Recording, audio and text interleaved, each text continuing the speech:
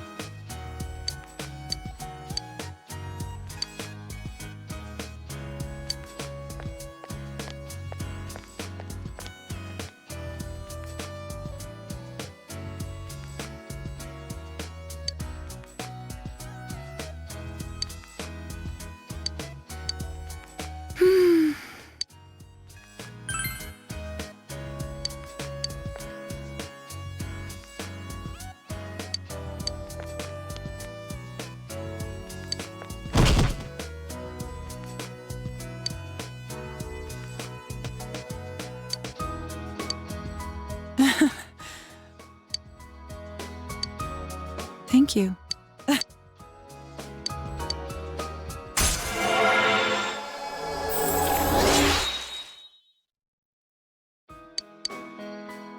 Then I'll see you again.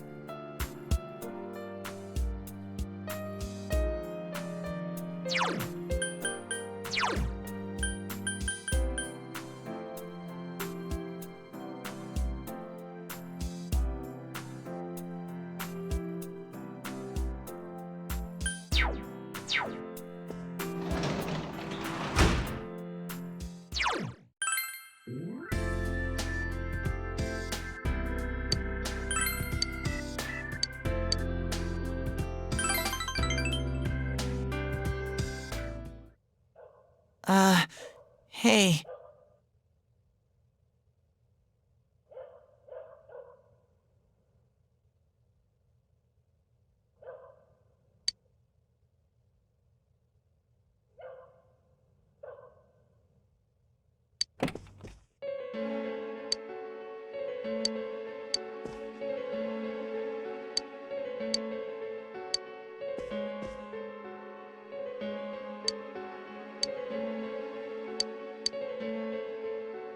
I'm sorry.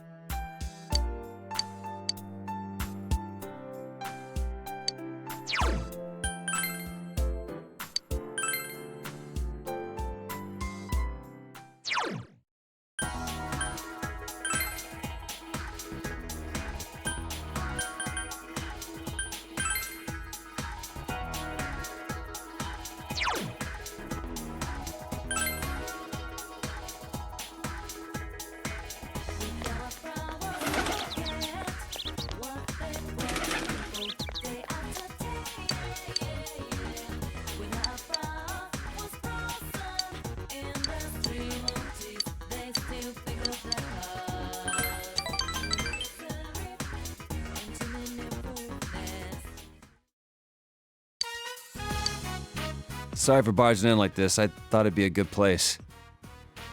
Oh, first though, there's one more thing I figured out. Rise stopped by our store the other day. She said the dolls were cute, so I told her I made them. Then she said that was creepy. Kinda stung, but I kept on showing her the other stuff I made. And in the end, she said, maybe you're an amazing guy after all. Pissed me off the way she said it, but that aside, I get it now. This is what he was talking about. Just been throwing in the towel all this time. Of course no one could understand me. I've been keeping my distance out of fear. So I decided that I'd do things my way, no matter how tough. But it ain't just about hanging out with guys who understand you and telling the rest to get bent. You gotta make an effort if you want people to understand you. I wasn't even trying. Not just about my hobby, but like when the police suspected me. It didn't even cross my mind to try to tell them my story. I let them think whatever they want. And because of that, you, Ma, and that kid all got dragged into it. I didn't put in the slightest effort to try and make them understand. It's easier for me to act tough. So from now on, I got 2 rules. Rule 1, be myself. Rule 2, get people to understand me. I want you to have this, Senpai. This thing's me being me. Now I can say it straight out. That other me is me.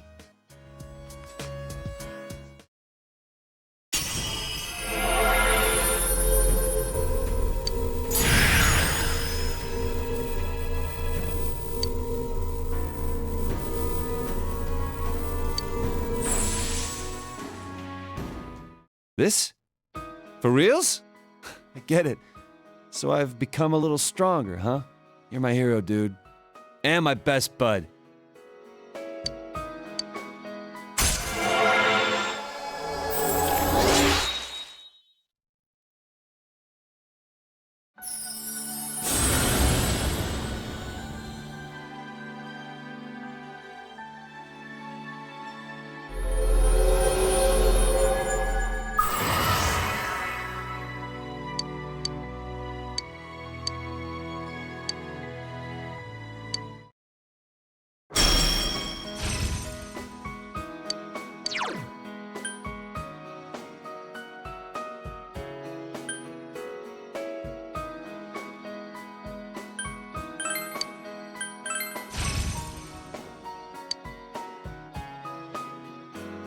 So as far as getting other people to understand me, today I'm holding the Oven Mitt Puppets 101 class right here.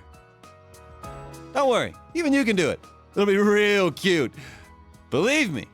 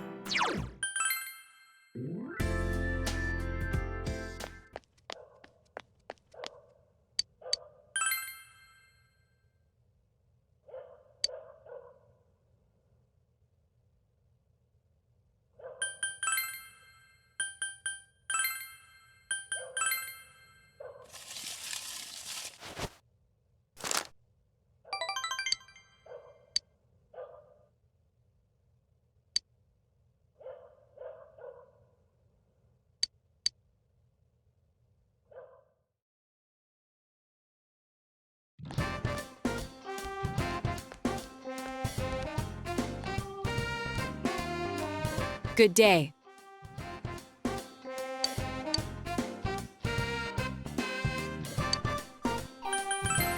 Oh.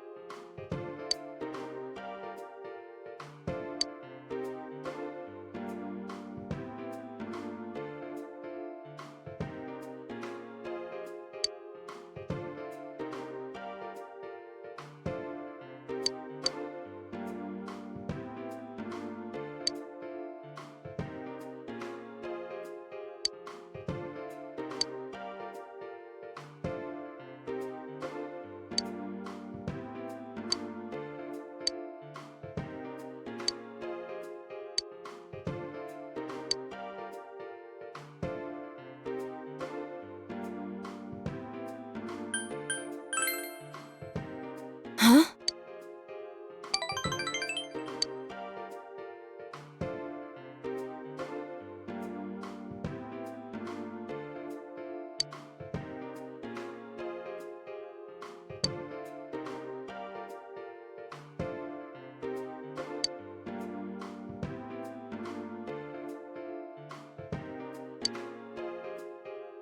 Let's.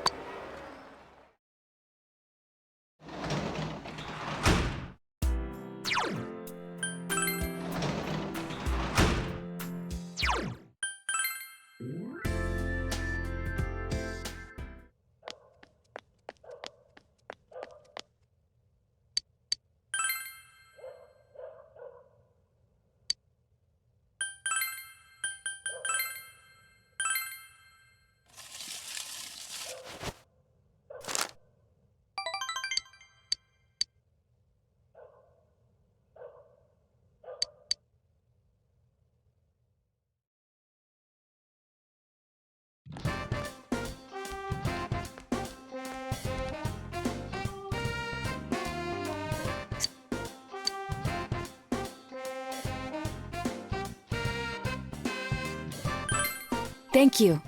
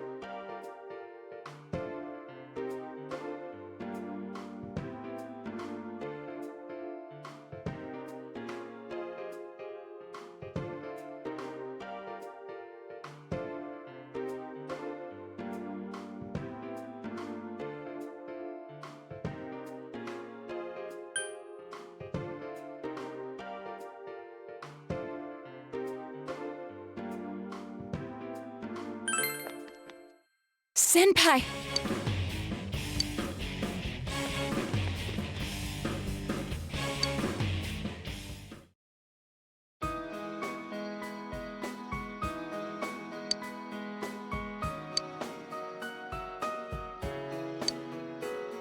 I apologize.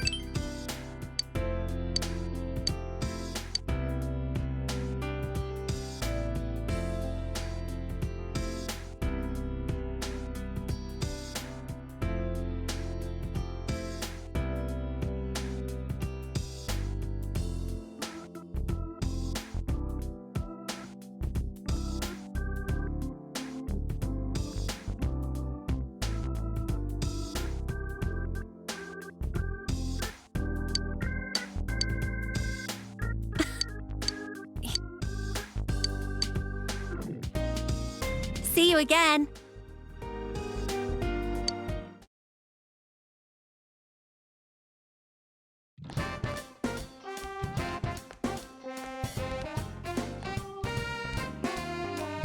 Senpai.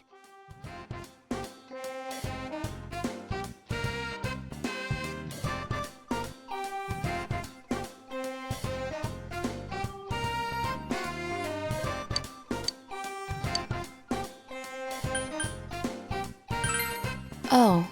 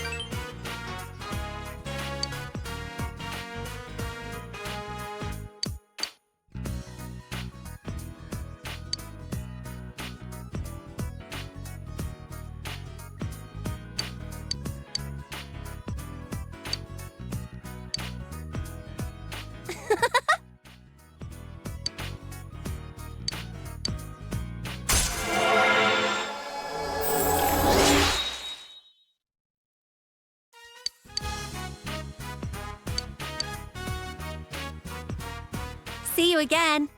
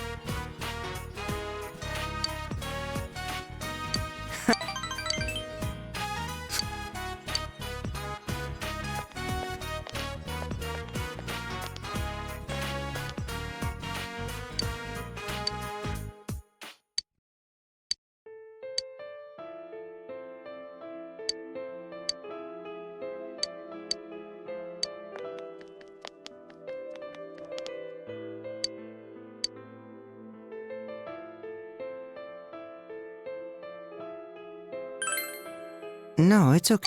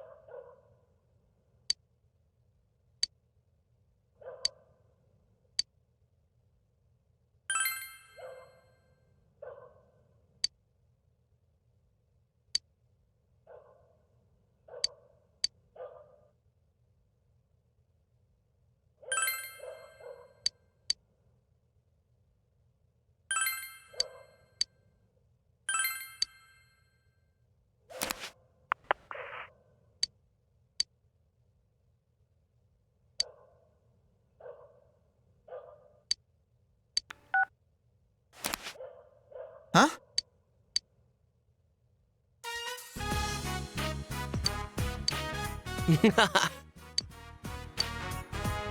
Sheesh.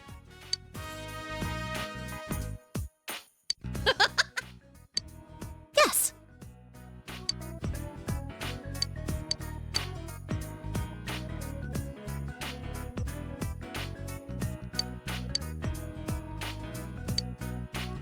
Huh?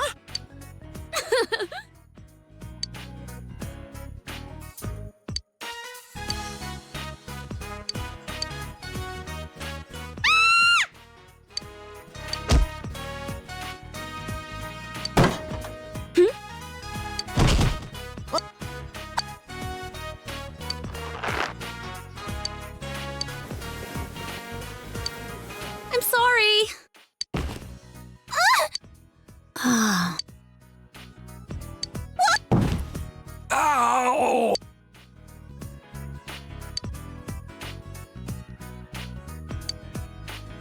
You kidding?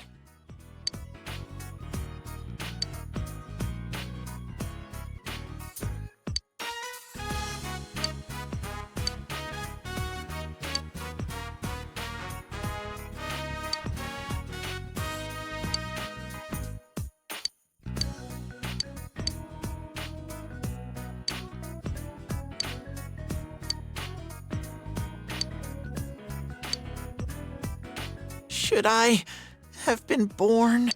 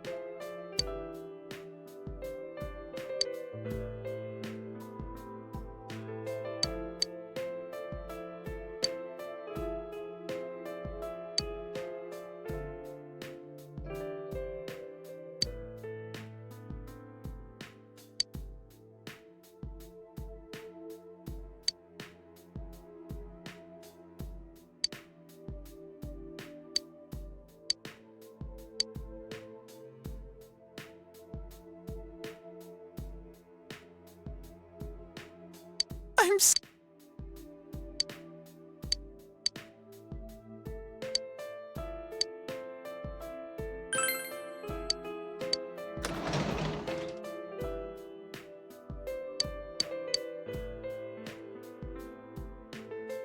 Thank you, mister.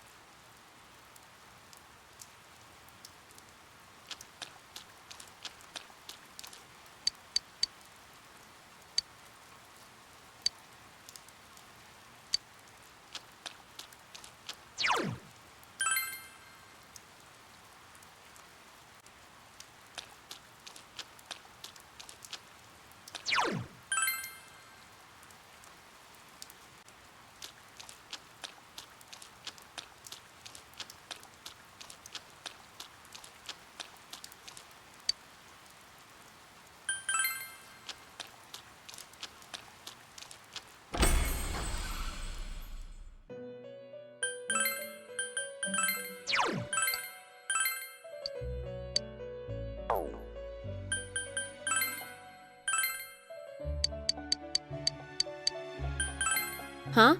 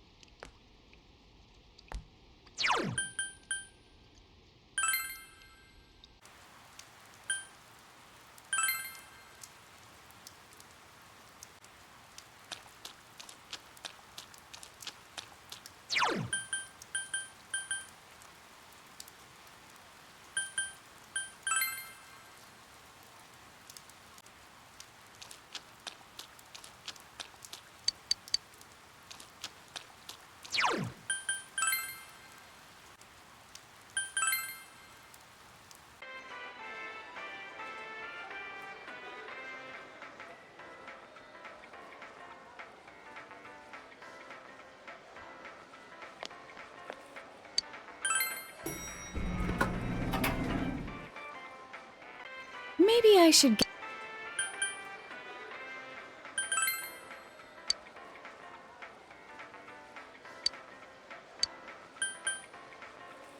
All right.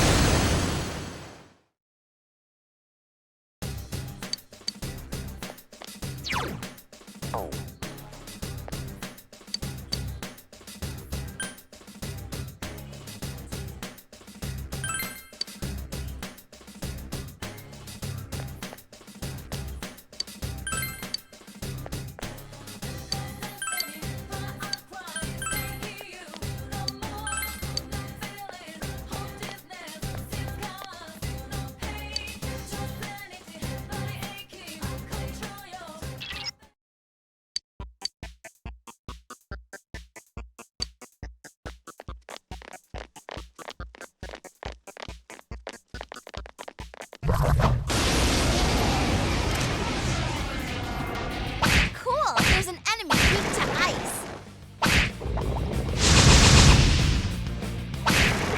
All right! Let's...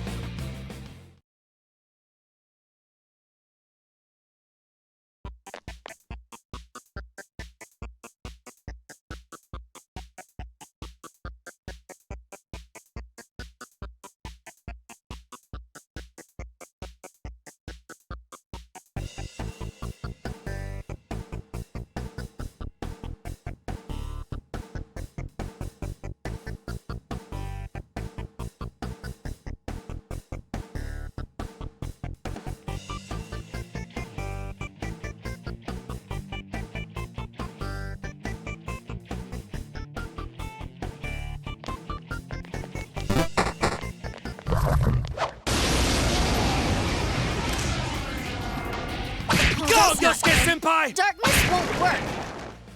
Go for it, guys. Hang... Places, everyone. And action! Ready when you are! Go! Beat him up!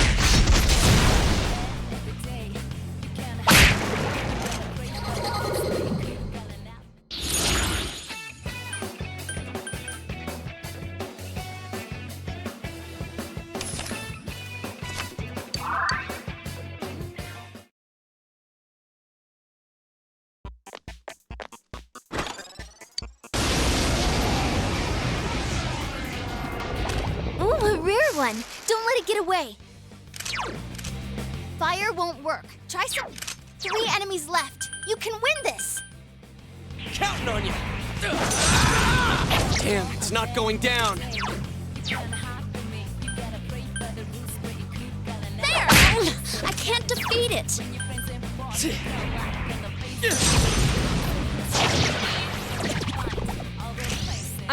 Here I come! Found you! Yeah! That looked like it hurt. Come on down! Lay down and die already! It got back up. Defeat it fast. It got back up. Defeat it fast. Throw down! Someone else's turn. There! I can't defeat it.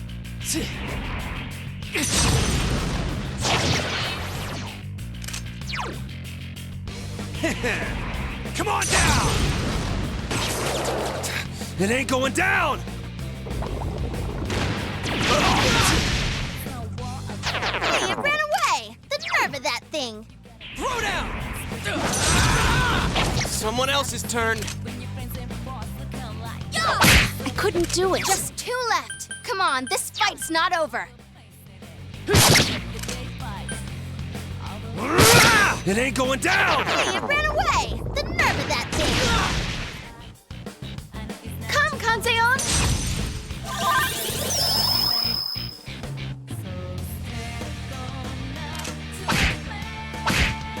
Beat it to a pulp!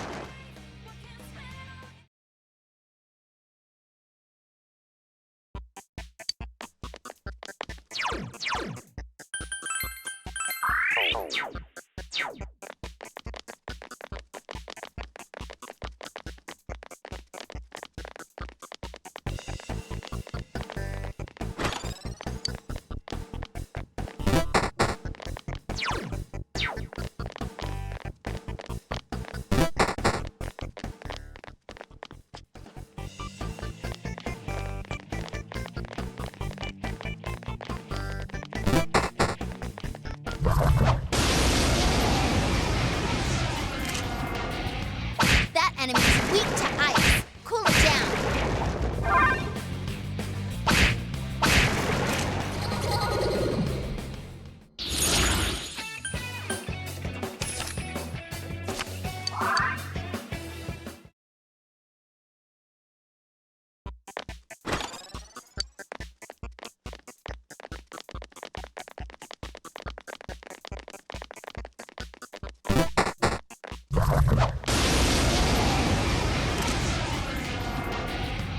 Cool, there's an enemy weak to ice. Now, shall we?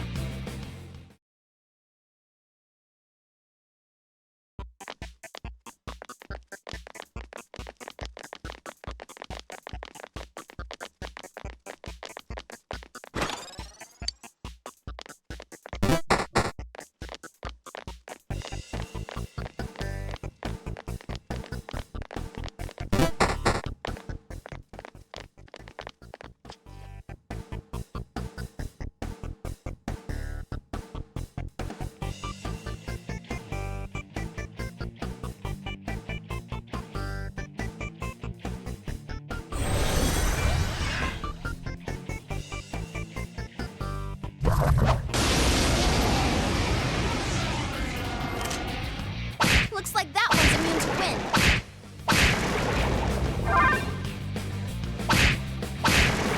Please come again.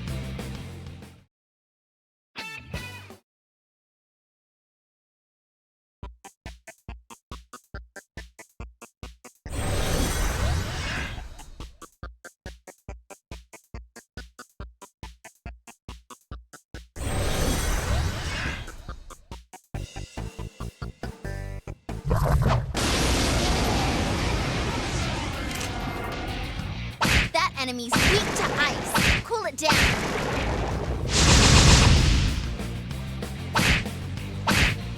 Go for it, guys. Hang in there.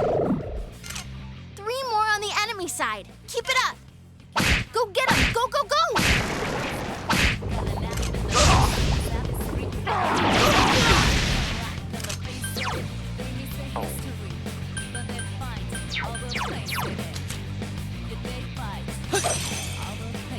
Two enemies left. Don't lower your guard now.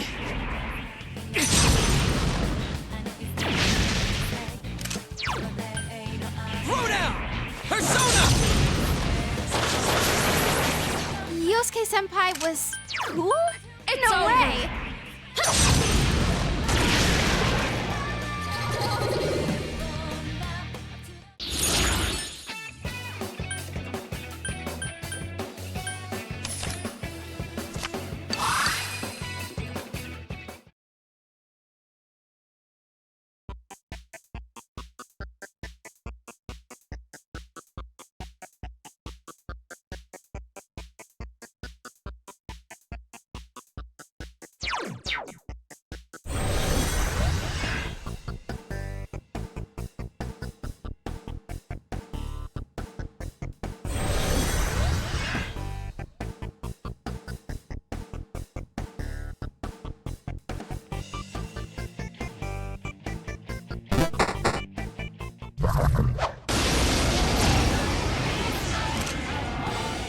Whoa, we got one Yosuke weak to Senpai! electricity. Throw down! Persona! Enemy defeated. Keep it up, Yosuke Senpai.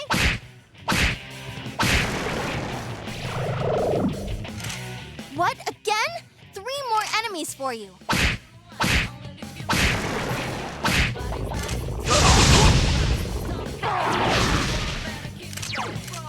There's just 2 left. Come on, this fight's not over.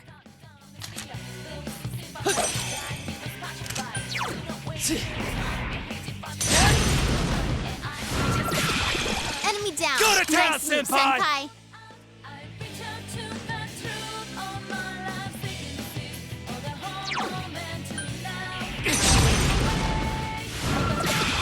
Enemy down.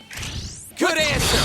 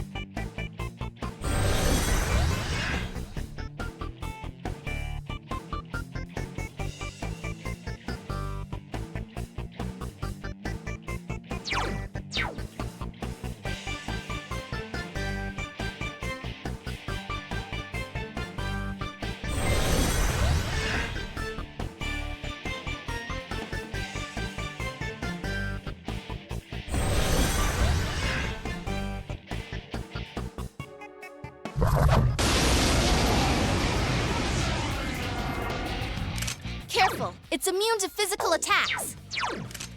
Wind will work on it. Let's go, Susanoo! Enemy Give him one down. from me! Senpai. Phew, that was...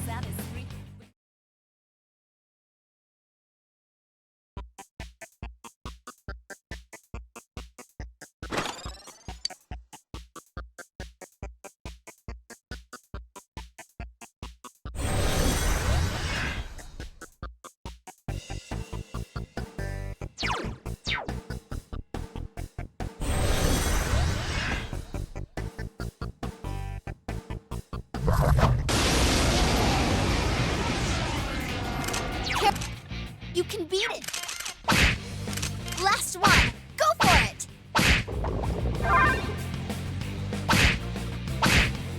Beat it to a... All right, Senpai.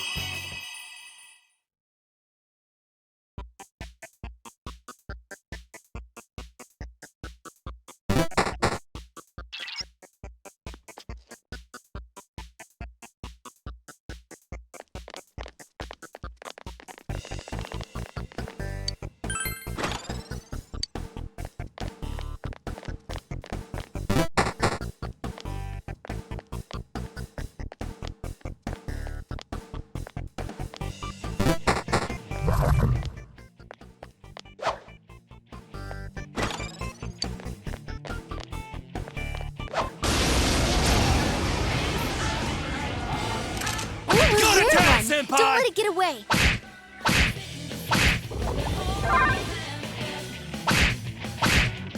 Beat it to a pulp.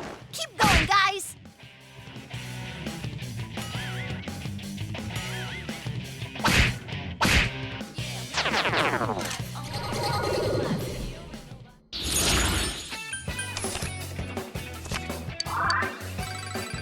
Ha! Level up!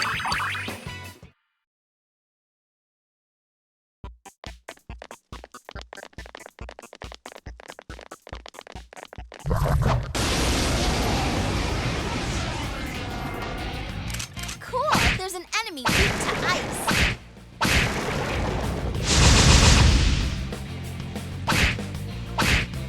Go get him! Go, go, go!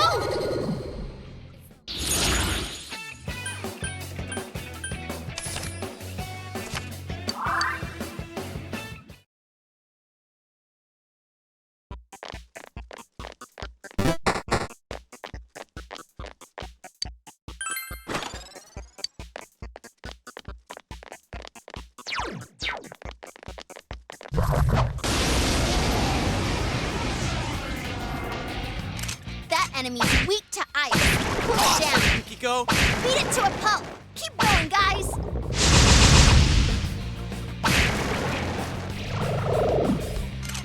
No way. 4 more enemies are here. Go get them. Go, go, go. Throw down! Whoa, Give him that one was from me. awesome, Yosuke-senpai. That should do it.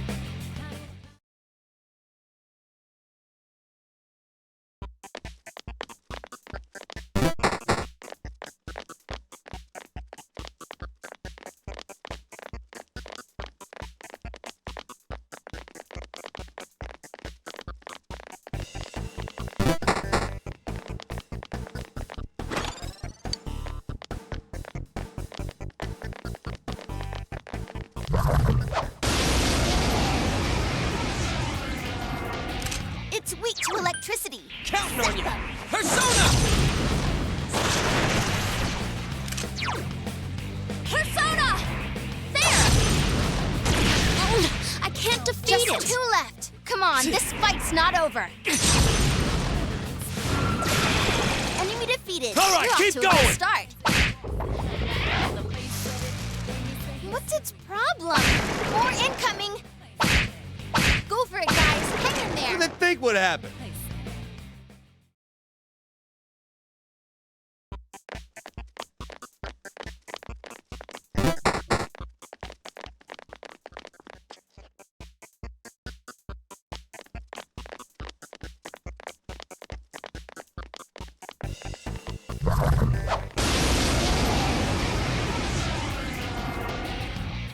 Whoa there.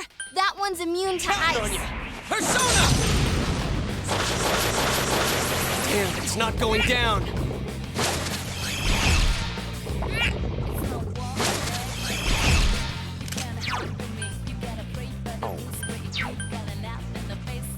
Three remaining.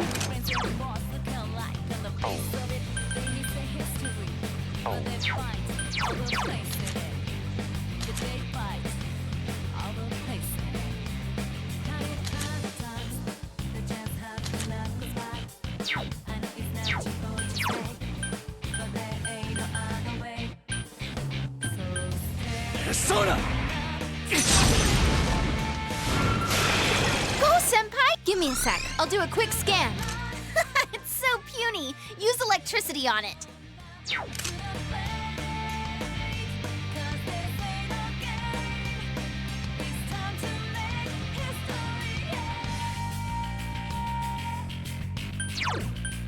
Crush him, Rockton Mao! Ha! Yes! I leveled up!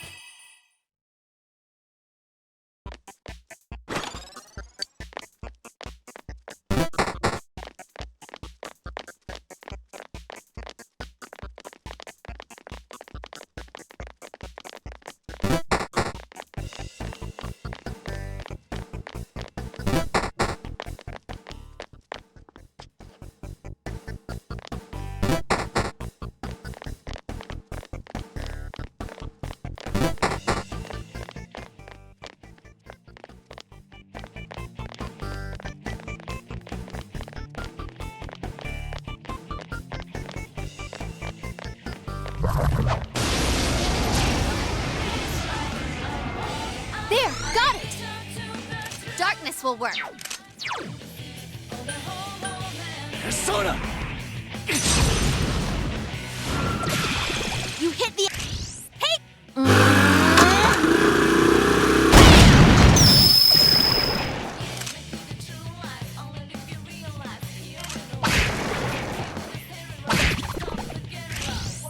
right! It will end here!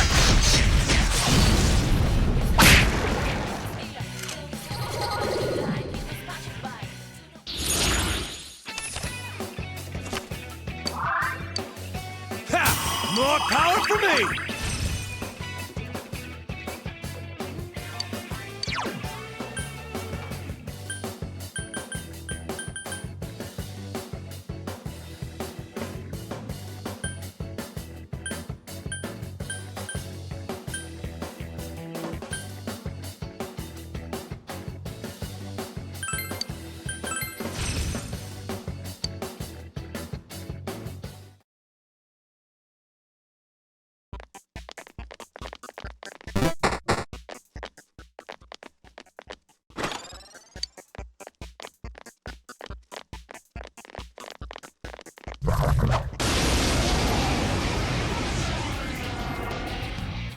Hey, the enemy's weak to fire. That's Counting on you! hot. Persona!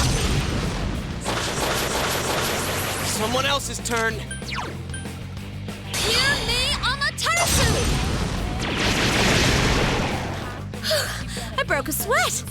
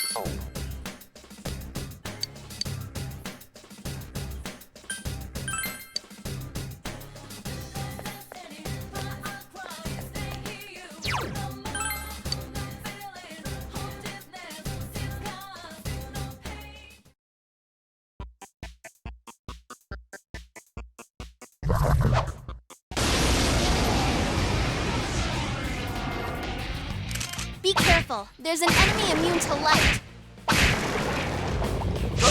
Hey, Kanji, wake up! Come, Kanzeon!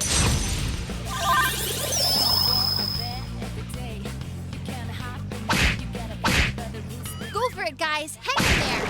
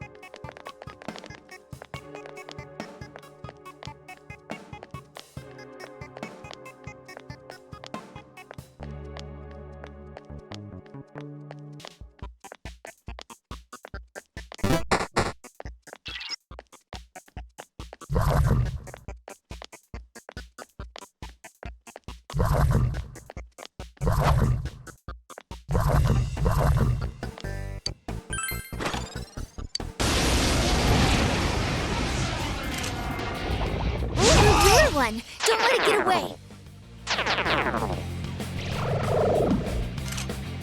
Is this for real? 4 new enemies.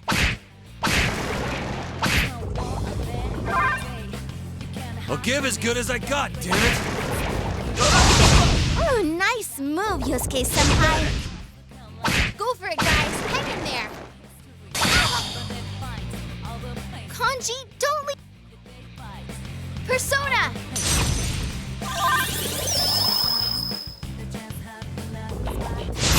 That's amazing, Yukiko-senpai.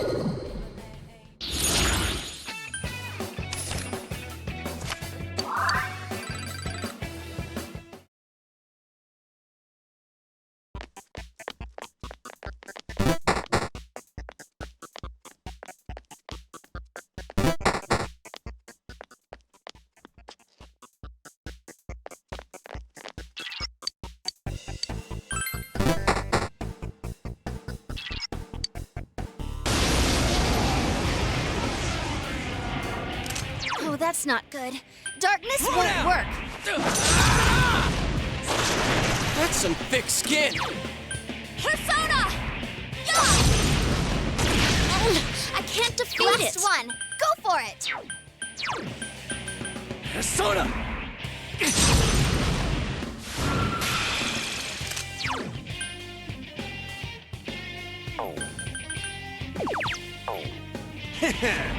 Come on down!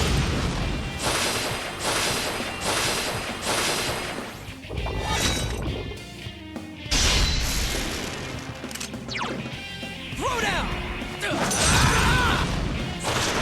That's some thick skin. It's over. I can't defeat it.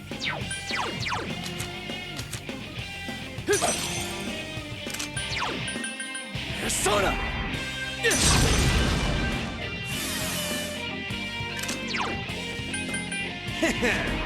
Come on down! It ain't going down!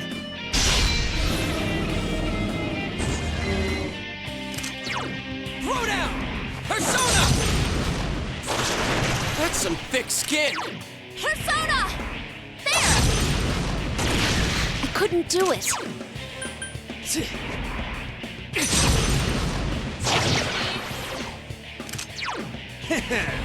Come on down!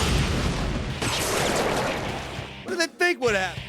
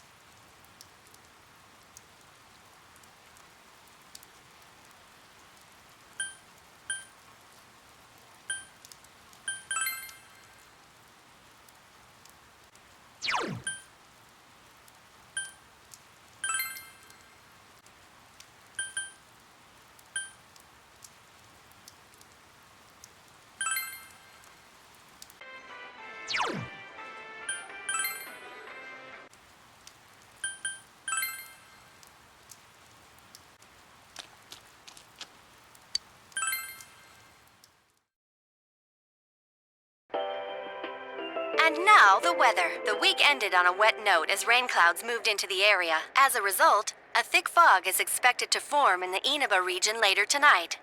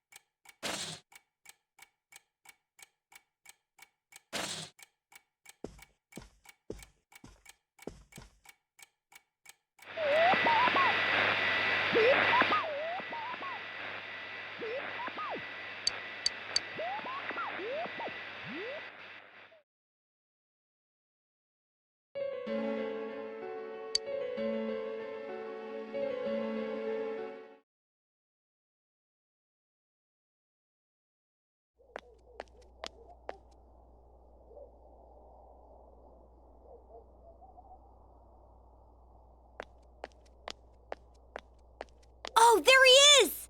Take a look at this. Namatame's in today's paper.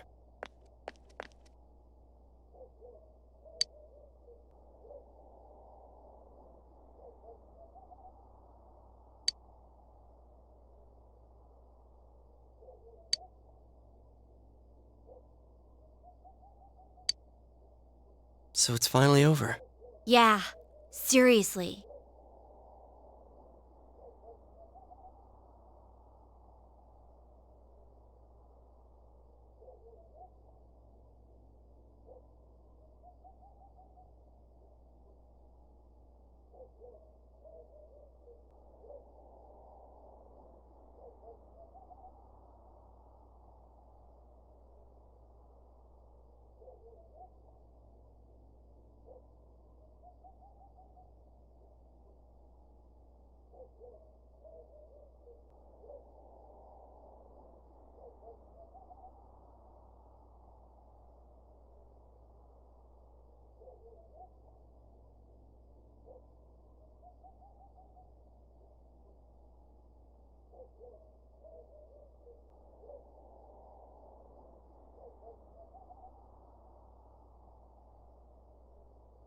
I wish we could have done it sooner.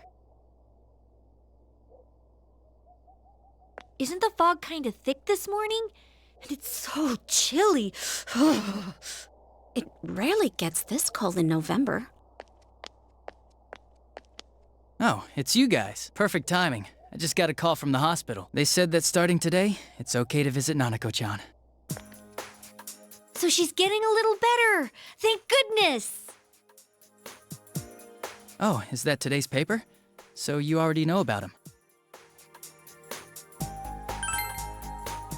He's regained consciousness, but it's hard to say. He's still mentally unstable, but we're slowly piecing together a story. This is still a secret, but I guess it's okay to tell you guys. You know that diary we found? There were entries about Miss Yamano and Miss Konishi in it.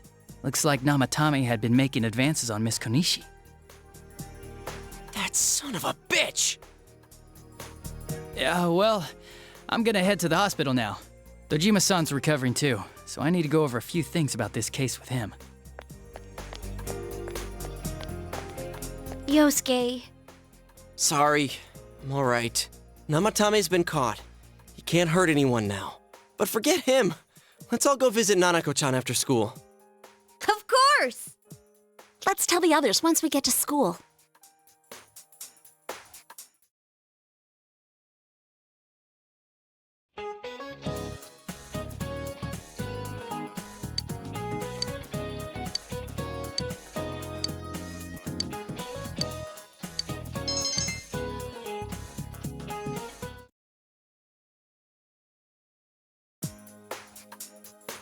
Nanako, everyone's here to see you. Big bro. Dojima-san! Ugh, how many times does this make it today? I understand that you're worried about your daughter, but you still need your rest too. Sorry. Are your injuries that bad? Well, My wounds have just closed up, and it seems I have a couple of fractures as well. I'm sorry. I'll wheel him back to his room immediately.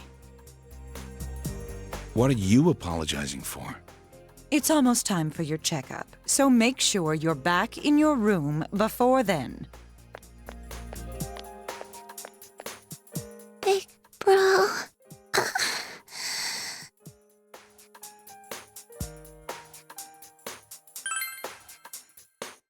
Yeah, I'm so glad.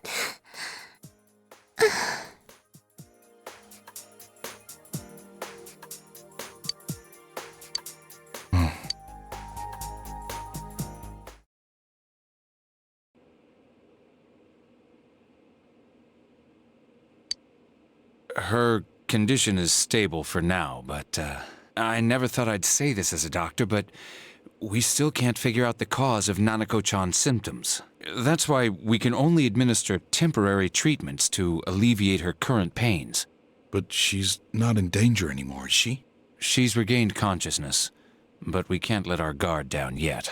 All we can do for now is to monitor her condition closely. Adachi, how's it going with Namatame? Well, he's awake now, but he's in no condition to tell us anything useful. We only get a little time each day to interrogate him, so we're stuck until his strength recovers. I see. I should get back to work as soon as possible. Hopefully by then, Nanako will be out of the hospital. I think Nanako-chan can get more peace and quiet if she stays here. It's so foggy out, and there's been some weird rumors going around. Seems like no one knows why there's so much fog in town. It's true. The number of patients complaining about fog-related health problems has increased, which is quite unusual.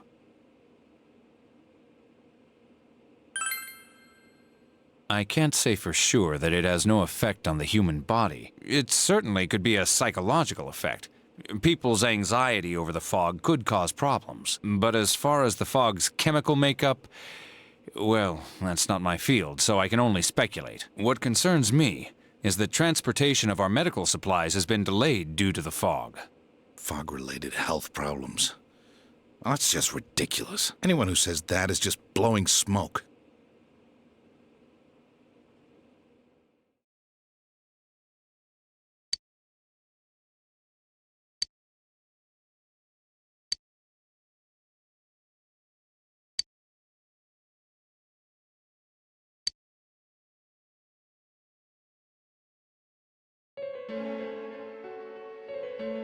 Isn't this weather strange? How could it be lasting so long? I've never seen anything like it. I wonder what's causing it. It's so creepy. I heard that a friend of mine's son got sick from the fog and collapsed. You know how sensitive children are to that sort of thing. I heard something too. They say an old man was driving through the fog and got into an accident. What? Did he lose control? Well, he'd never been in an accident or even gotten a ticket before, so something seems off. Isn't that scary? I've even heard there are experts saying it's poisonous. I wonder if that's true. Do you think it's, because of that global warming thing? This town's changed a lot over the years. I wish the government would step in and do something about this. Oh, I agree completely. If we're going to pay taxes, I expect the authorities to do their jobs.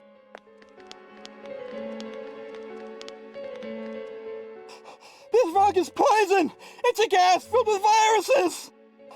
Don't inhale the fog, or you'll die! He's not the first one like that I've seen lately. Poisonous gas, though? Oh, I'm sure it's not true. Oh. Is something wrong? Oh my. I think I'm coming down with something. You can't be serious. Oh, that's right. I needed to do some grocery shopping. Well then.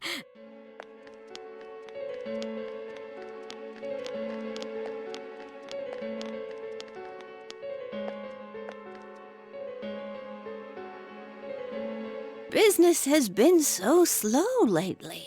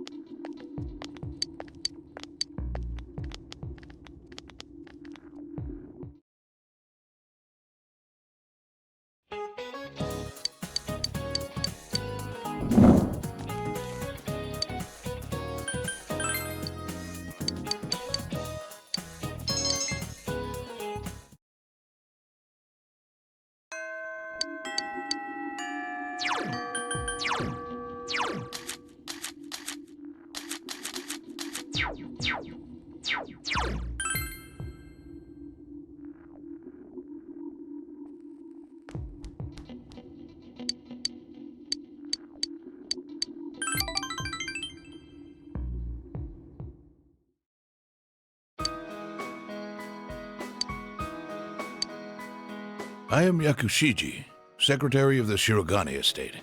I humbly apologize for the other day. I must also apologize, though I may not have known. I involved you in this.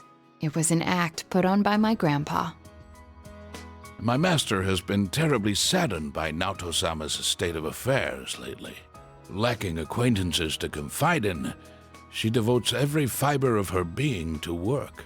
My master wanted Naoto-sama to regain the joy she felt in days past. To regain the feelings when all that she wanted was to be a detective, regardless of her heritage or gender. I involved you at my own discretion, believing you to be trustworthy. Please forgive me.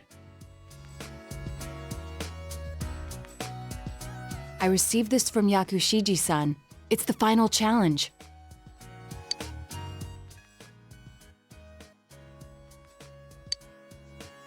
A place I'd be fond of.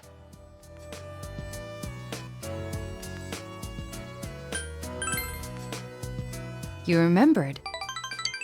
The highest place around here is the hill. Next, what I can't stand to do. There are several possibilities, but that's right! Did I mention that before? Considering what's at the hill, the most likely answer is the trash can. I have an inkling of what might be there. Let's go, Senpai.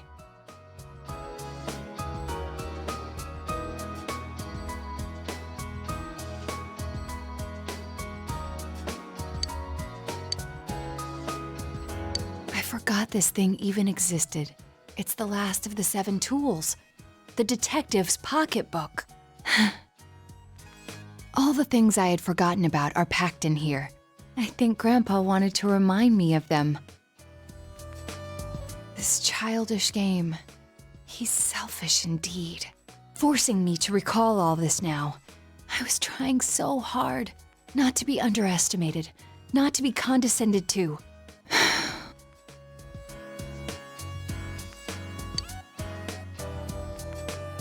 If I solved this town's murder case, then everyone would accept me. They would acknowledge me as the 5th in the Shirogane lineage of detectives. That's what I told myself. I just wanted to be accepted. I wanted to be needed. That's why I fretted and stood on my tiptoes and focused only on solving the case. But the original reason I wanted to become a detective, it was because mysteries intrigued me, and I could help people by solving them. That's all. I remember now. Do you recall the time I faced myself in the TV world? It was my task to accept the self who yelled, "I want a reason for me to stay." But my reason to stay was not solely to solve the crime. You, everyone, gave me a reason. You gave me a place to stay. I have to be an adult. I have to be a man. With that way of thinking, I was running from myself. I don't need to look for something to change or something to accomplish. I only need to have faith in myself.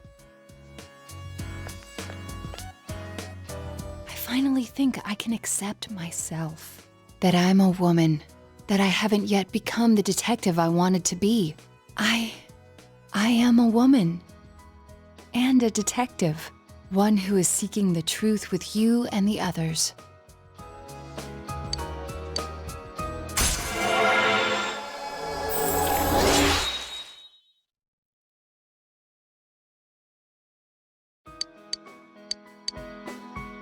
I'm really glad I came to this town.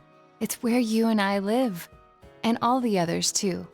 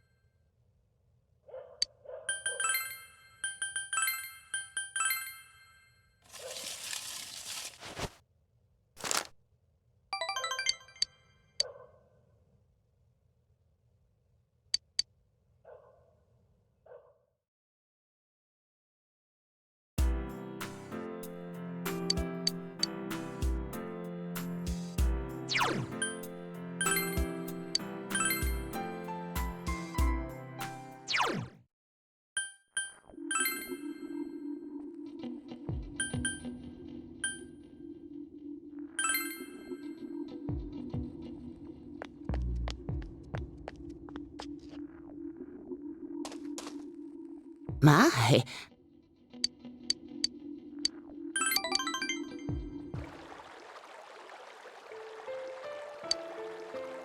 I'm not really death.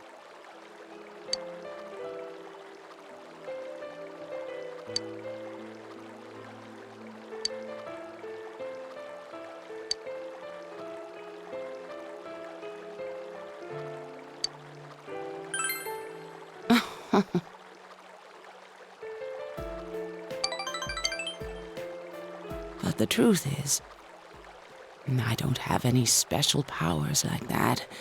I am not death. Just another boring human being. Waiting for a miracle that never came. Before I knew it, I was wishing death on the one person I loved most in the world. I was lonely, forgotten, and loving, being loved. All that is what goes into making us human.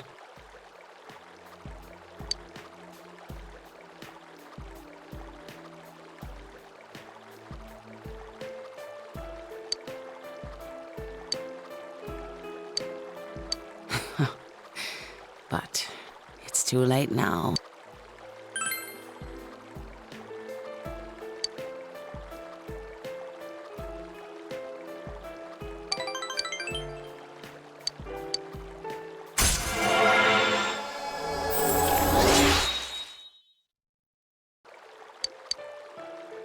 The man I loved is gone. I can't ignore that fact any longer. I need to face the truth head on. I want to see you again.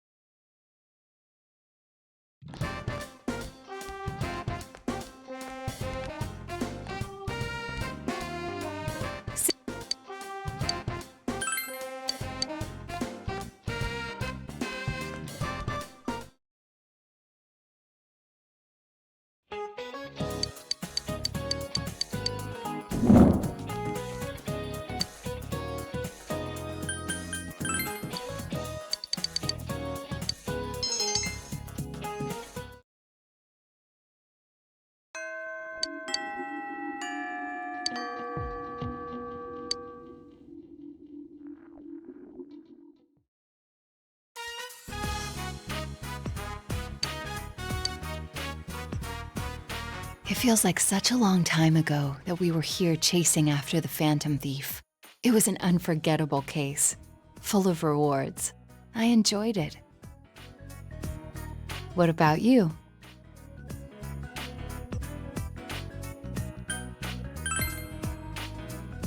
Yes, I thought so too. It was even more invigorating to solve it with you. So, I wanted to give you something today. I made this. Please accept it. I haven't crafted anything like this in some time. If I went back to the estate, I could have added a camera and transceiver. Oh, but it flashes. I made myself one to match. Now you're my assistant, Senpai.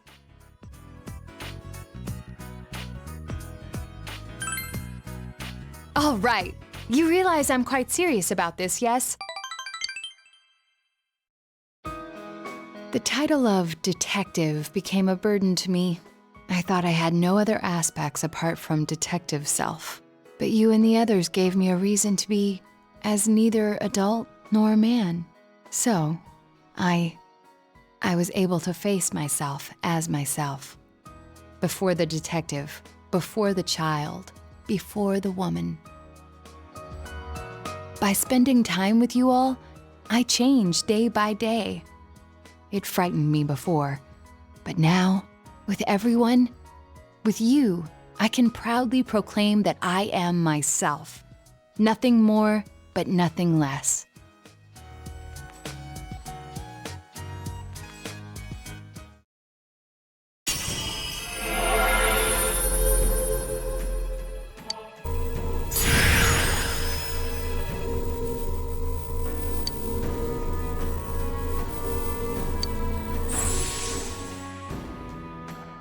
This potential was still dormant within me.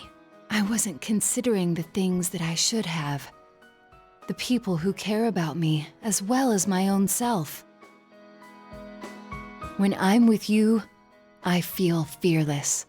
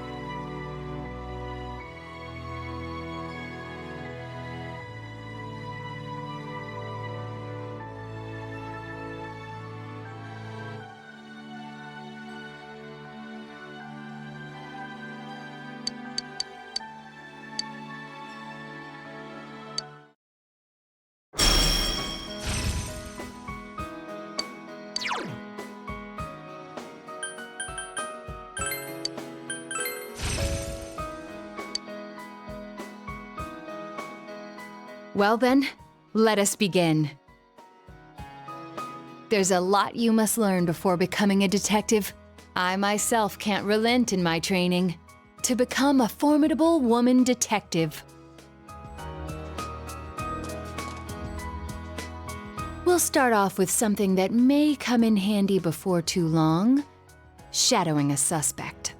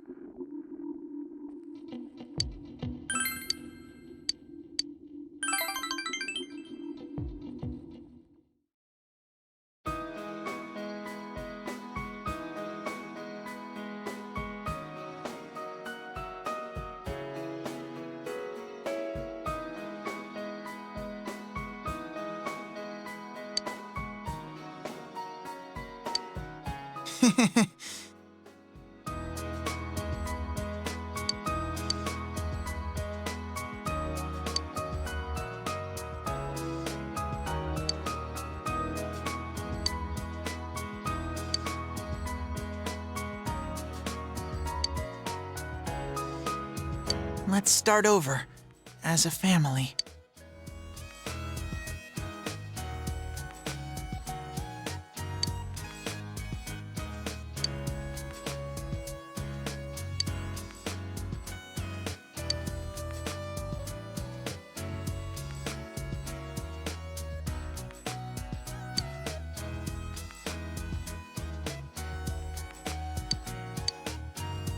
Mister, thank you.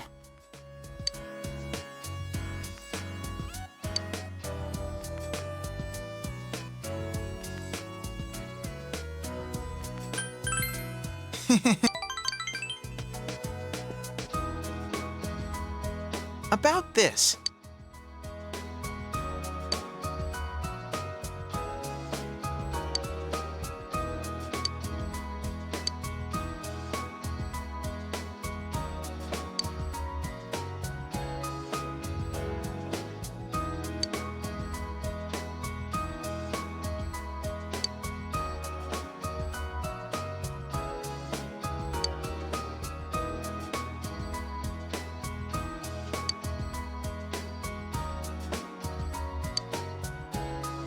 I'm going to think about my life and set my own path.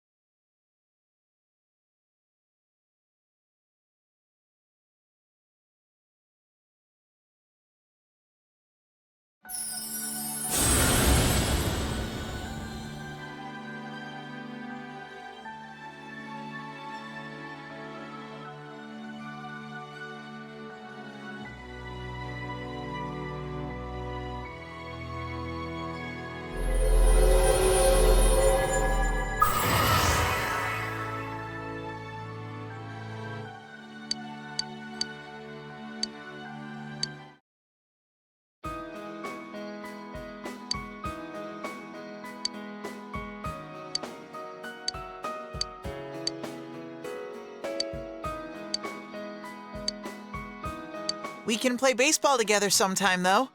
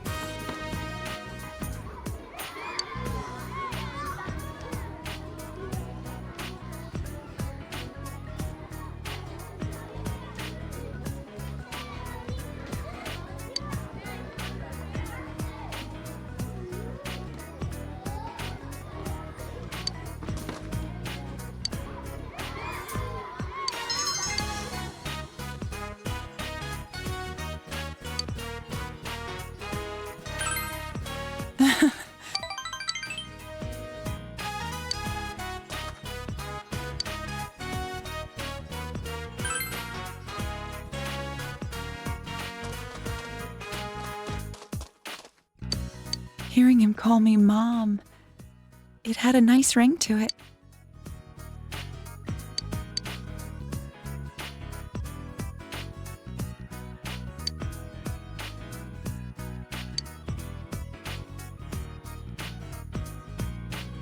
He's actually a sweet boy.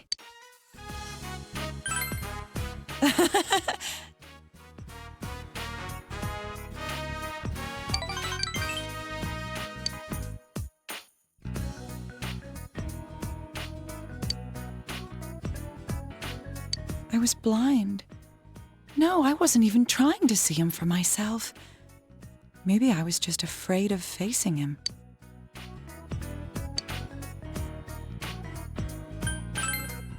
You're right.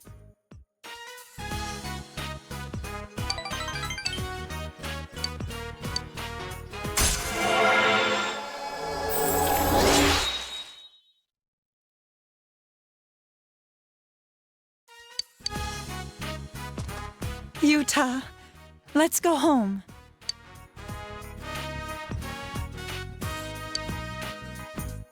Then I'll see you again.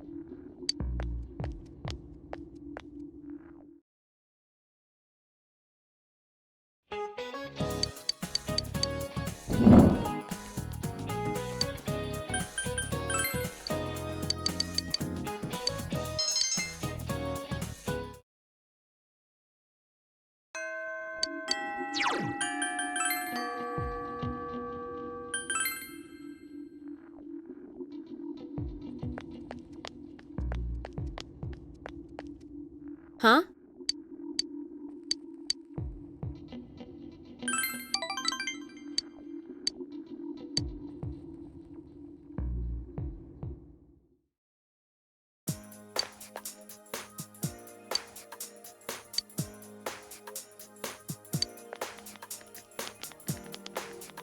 Hey.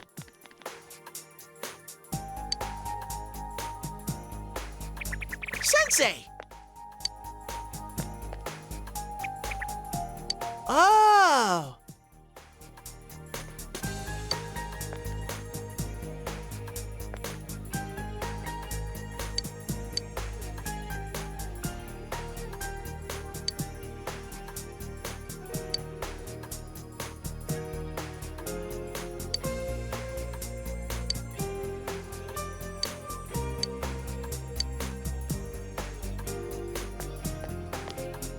Whoa!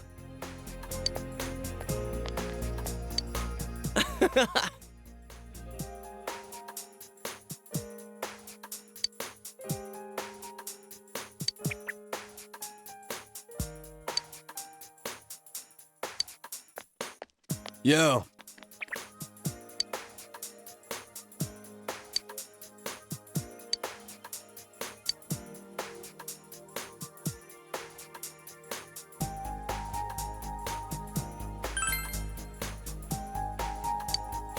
The hell?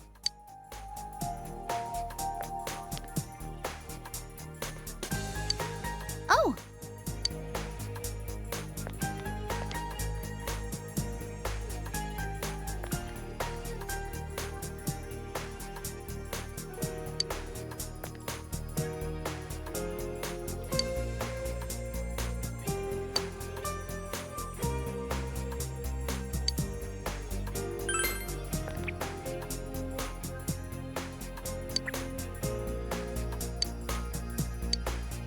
Gee.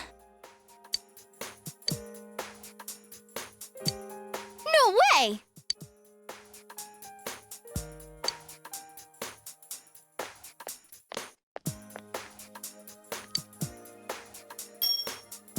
I see.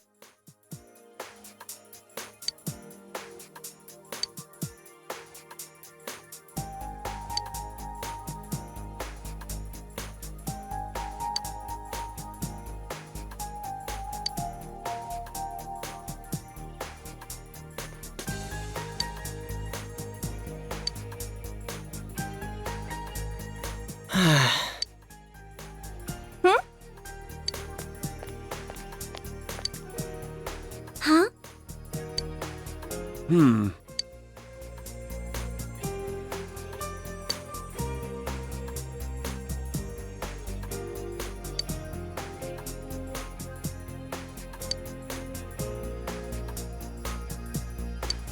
Hey!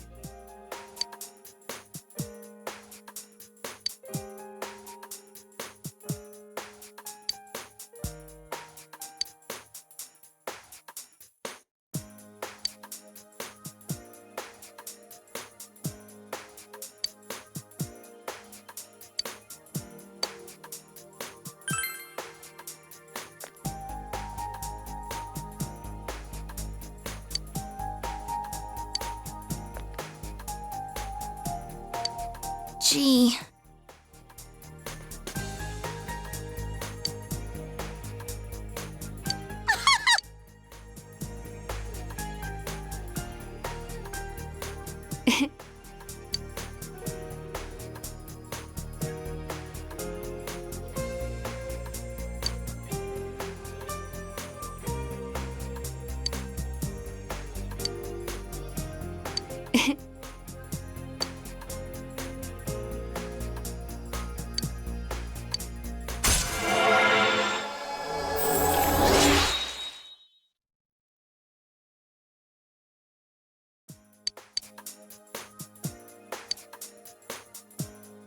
I see.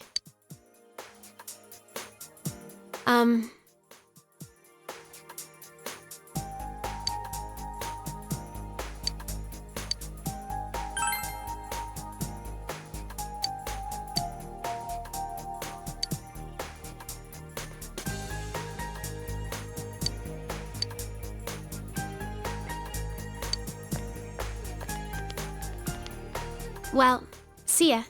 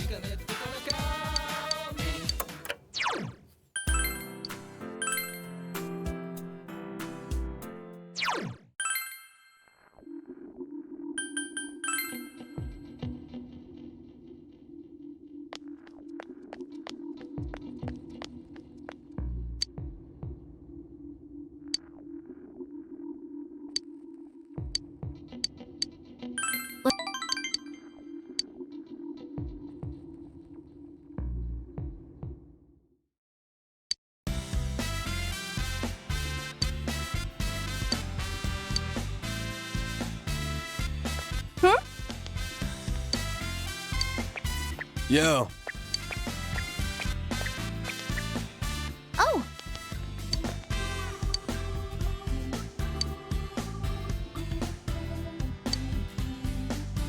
Well, see ya.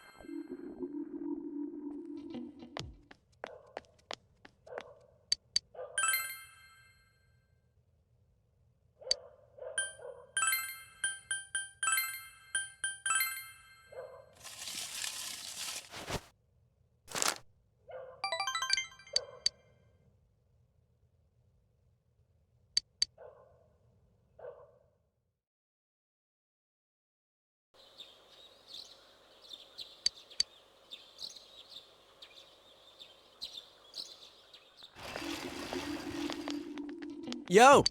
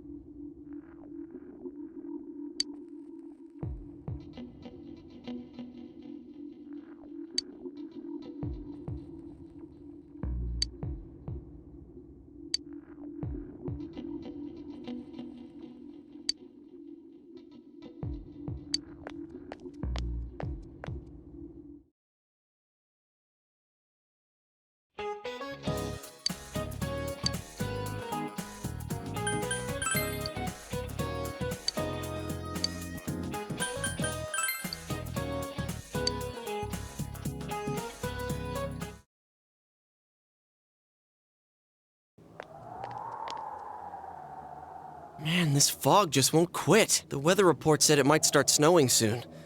But what's going to happen if it snows with all this fog? Whoa! Where'd you guys come from? Wow, that's quite a crowd you got there.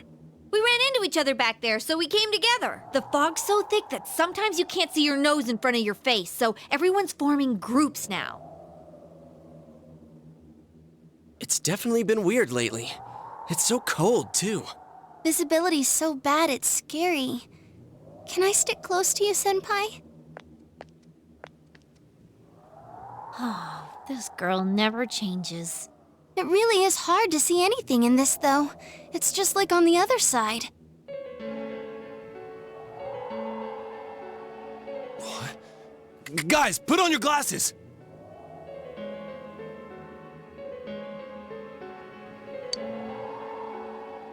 Whoa, it's all clear. What the hell's going on? These glasses are meant to help us see through the fog in the other world. But putting that aside, no glasses would improve one's visibility in a fog under normal circumstances. Then, could the fog from over there be leaking into our world?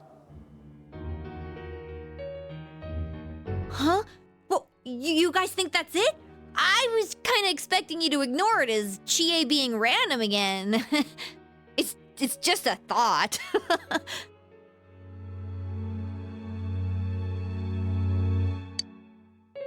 Anyways, today's the last day of exams, right? Let's get them over with so we can meet up at the special headquarters after school. Wow, we haven't used that name in a while.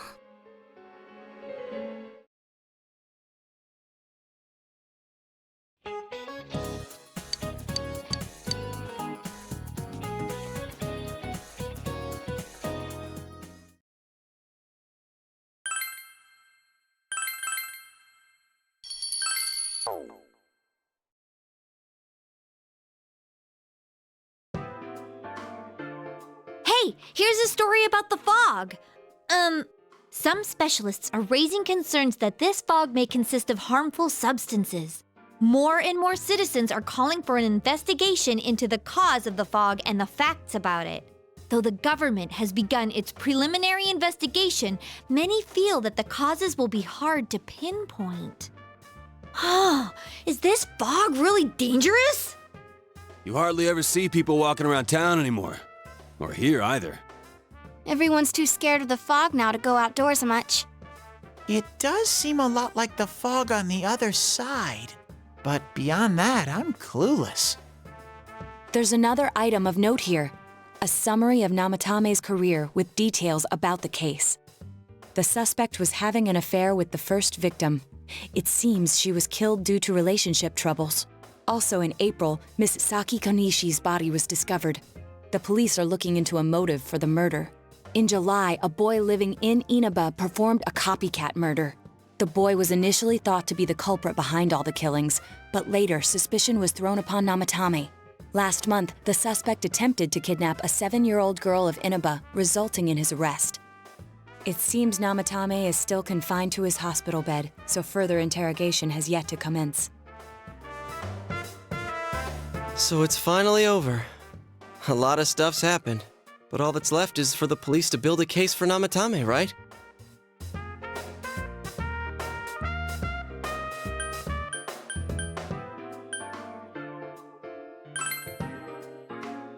Whether he confesses or not, it was him who did everything. Getting him convicted is up to your uncle. But the stuff he was saying was so obviously nuts. If he says anything about the TV world, he might be considered mentally unstable. Also, I heard before that if the police don't have enough hard evidence, it's difficult to build a case. Yes, there are many such cases and culprits. It's the eternal conundrum for crime investigators. So even if they're caught, the law can't do shit? It's a possibility. Hell's up with that!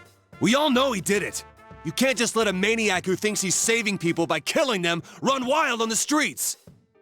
They better not dismiss something this serious because of some mental issues. Saki-senpai. No, not just her, or that announcer. Even King Moron is his fault. If it weren't for what he did, nobody would have tried a copycat killing. It's his fault Nanako-chan's in the hospital right now, too.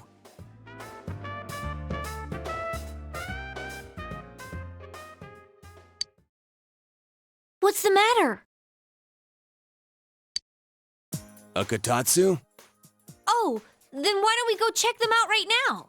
I know Nanako-chan would be psyched if she came home and found a new kotatsu. Dude, why didn't you tell me sooner?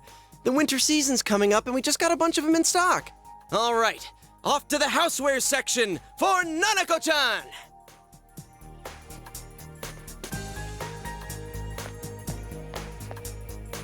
If we're getting a kotatsu, we better get some oranges to complete the set.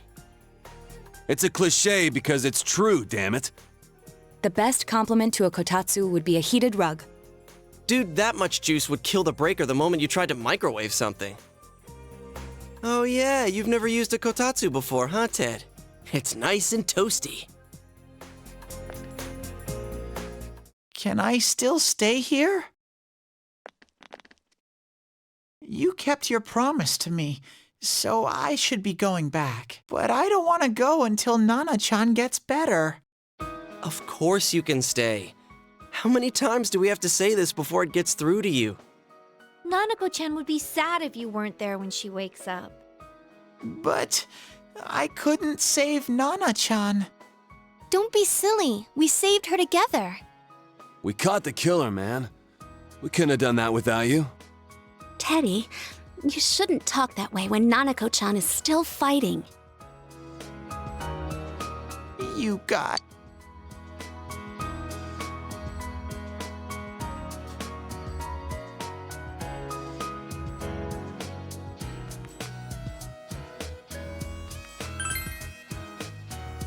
Sensei, I'm so touched. I'll stay by your side until Nana-chan comes home, Sensei. Oh, that's right. There's no one but you at your place.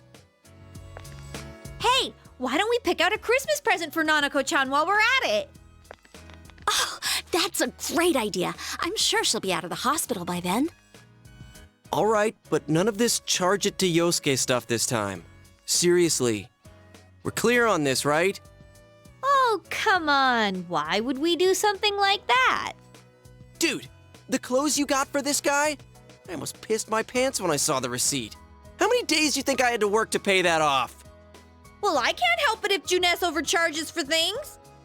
Ugh. Well, I guess you gotta expect that. It's not like Chie-san's ever had the occasion to help a guy shop before. What? What did you just say? Come on, baby. Don't fight over me. Stay out of this!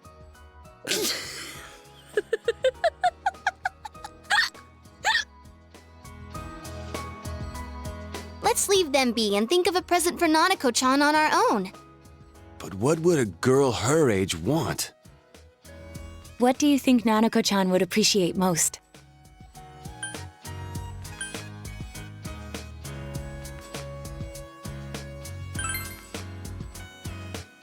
That's not...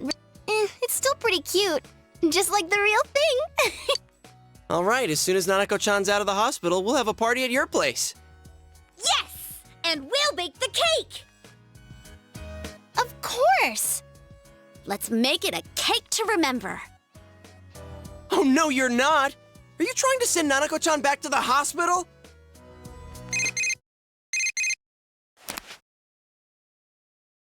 Hello, this is Adachi.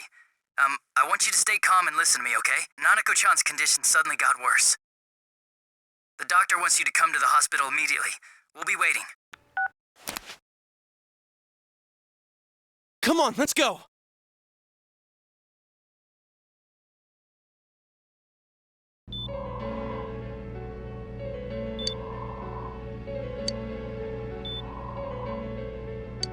Doctor, this fog is poisonous, isn't it? Isn't it filled with viruses? They said so on TV. Isn't there a vaccine or something for it? Calm down, please. That's just a rumor. Don't tell me to calm down! You're lying! We know you have medicine for this! Are you just going to stand there and watch us die? Why would we do something like that? What a commotion. What the hell's that supposed to mean? Can't you see how much pain she's in? All we can do right now is monitor her condition closely. Dojima-san, you need to return to your... I don't give a damn about myself. Do something about Nanako. Dojima-san! Just save her. For God's sake, please save Nanako. We'll do our best. I must ask you to step outside for the time being.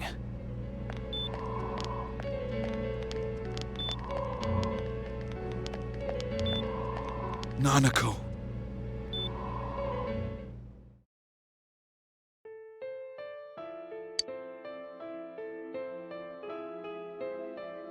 Hey, can't you do something? This all has to do with the world you came from. Can't you figure something out? I'm thinking, but... Damn it! Why does this have to happen to a little girl like her?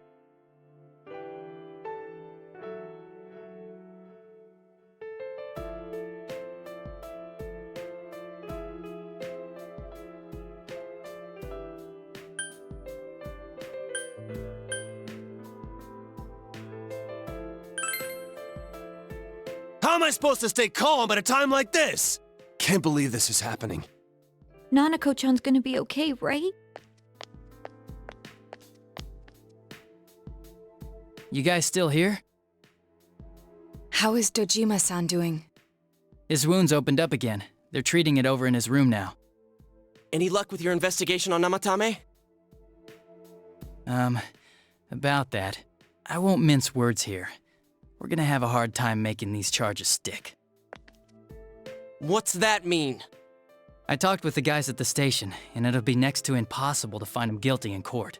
Especially given the reason why we took him off our list of suspects for the first case. Oh yeah, something about him having an alibi. Yeah, that. And the whole angle about him putting people into TVs, there's no way that'll stand up in court. No one would believe that.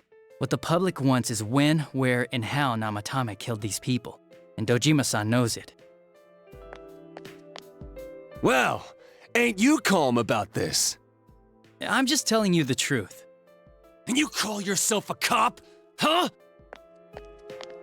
You want to see that stuff so bad, we'll show you! Hurry up and bring a TV here, damn it! Hey, stop! What the?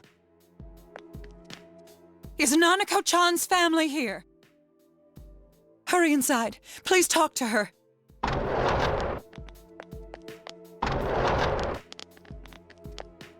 What the hell? What's going on? No. Nanako-chan.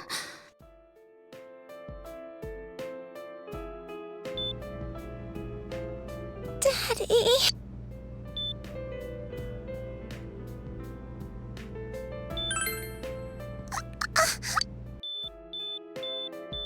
Nanako-chan. Nanako-chan. Can you hear us? Do you understand what we're saying? Your big brother's here with you. Just hang in there.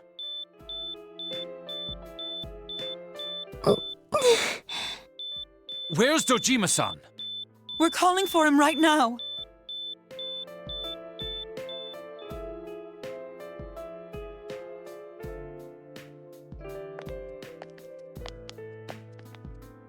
How's Nanako?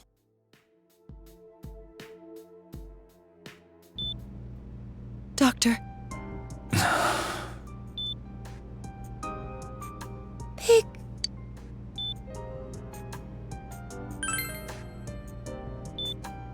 I'm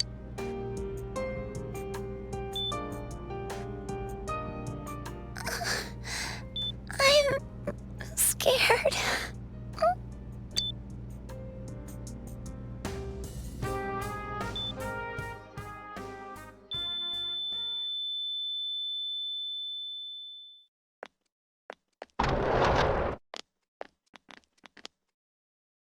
Nanako!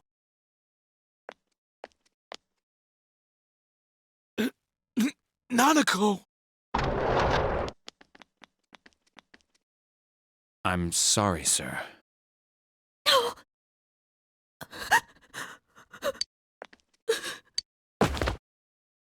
Damn it! Damn it! Nana-chan.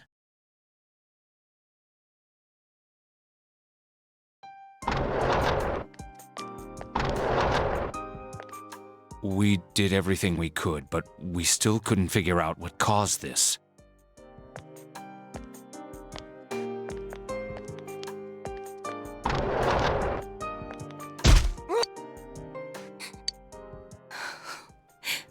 Nanako-chan.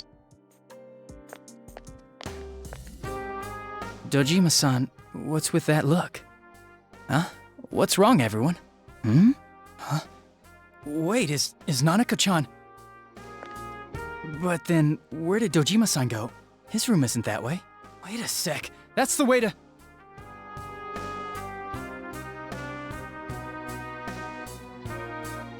Senpai! Senpai!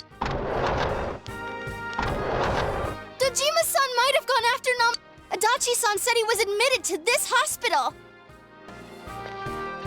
You transported him to the same hospital? For crying out loud, he's the suspect in the case! What are you getting mad at me for? This is the biggest hospital, and he's in no condition to be moved. In case something like this happened, the details of a suspect's hospitalization are confidential information. Just tell us where he is already! Dojima-san's on his way, ain't he? You don't know what he's gonna do there if we don't stop him! Kanji-kun, you don't mean... Hold on. Just what are you guys talking about? Cough it up! Where's his room? Top floor in the second surgical ward. Furthest room back. But there's a police guard.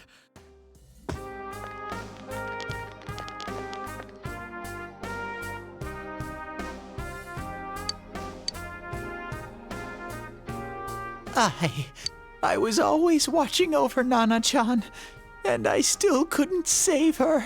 It happened in my world. Even though I was the only teddy in that place, I still couldn't do anything.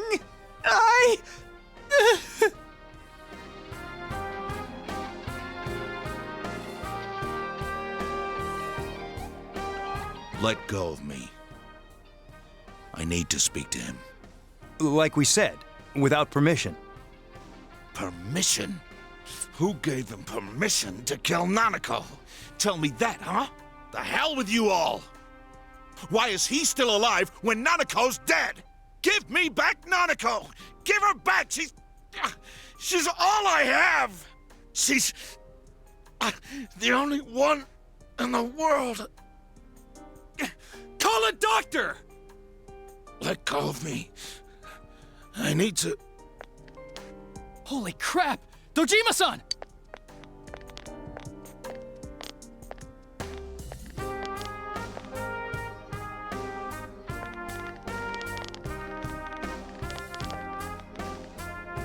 Dojima-san, was he seriously gonna... His only daughter's dead. Nothing would have surprised me. Dojima-san probably knew that there's little to no chance Namatame would be convicted. Damn it. He killed Senpai, and now Nanako-chan. And the bastard's gonna walk away without paying for what he did. That's not right! Why? Why is he the one that gets to go on living?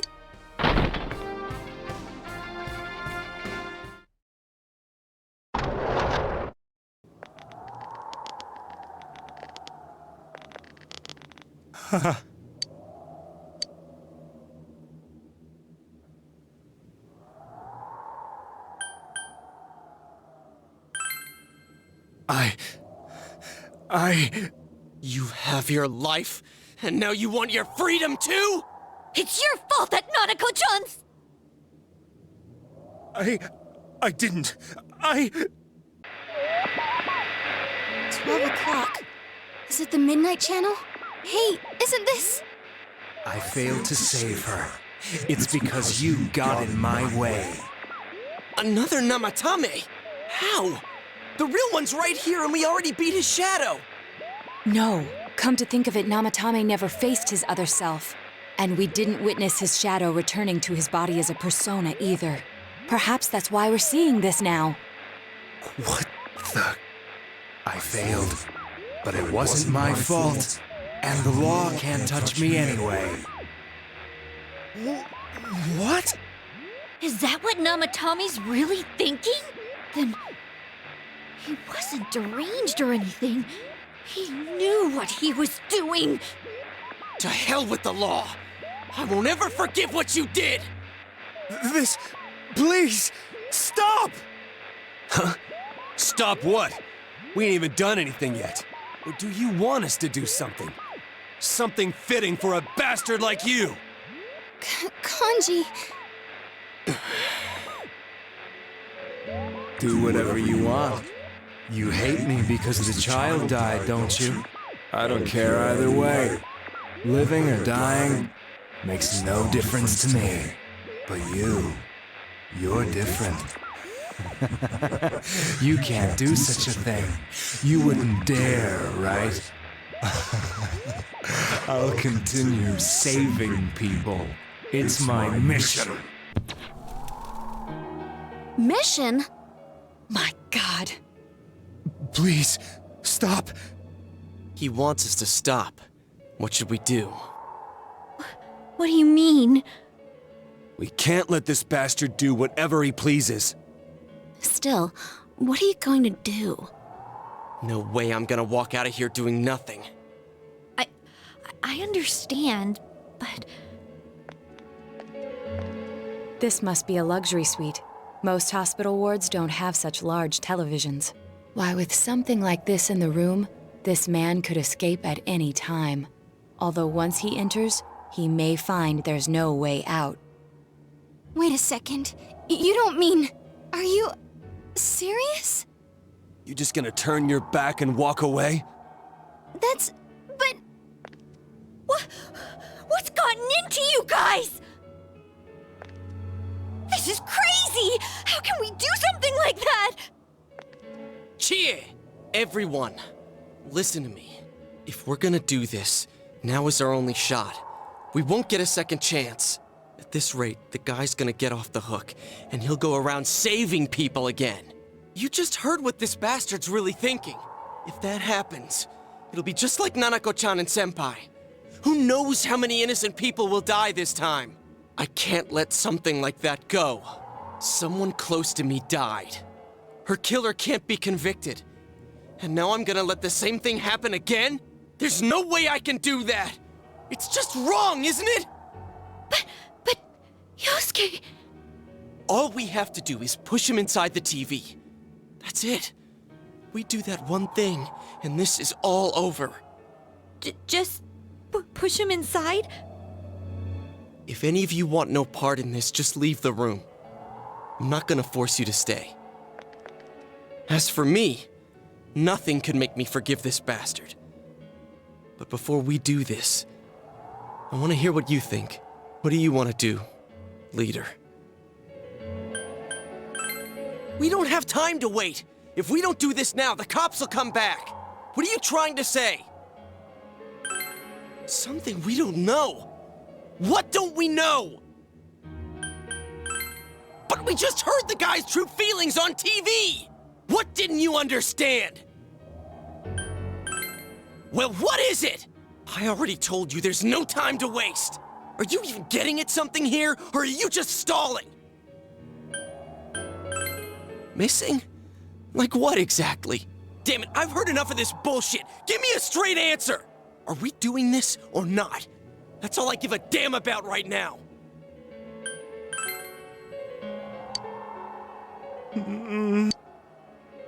He's right. Let's all calm down for a second. I'm perfectly calm. Hey, what did you mean by we're missing something? What's there to miss with a sick bastard like him? Hey, let's all take a deep breath. After what happened to Nanako-chan and seeing Dojima-san, we're not thinking straight right now. Fine.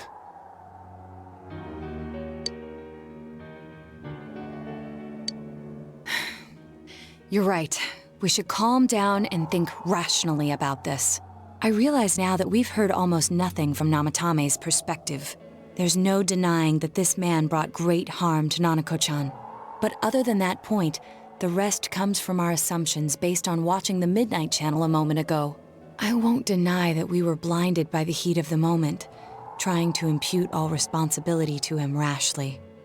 But, yeah, the guy's not saying anything. Whatever reason he had, there's no doubt about the fact that he'd been throwing people inside the TV. It was him who put Senpai through that misery. How can we possibly understand someone who says killing people is the same as saving them? Failing to understand and failing to listen are rather different things. Truthfully, not all the hitches that were nagging at me have been answered yet. We'll have to see what he can tell us about them, though it appears he's in no condition to do so at the moment. True. Dealing with him right now might not solve all the things that are bothering us. Damn it.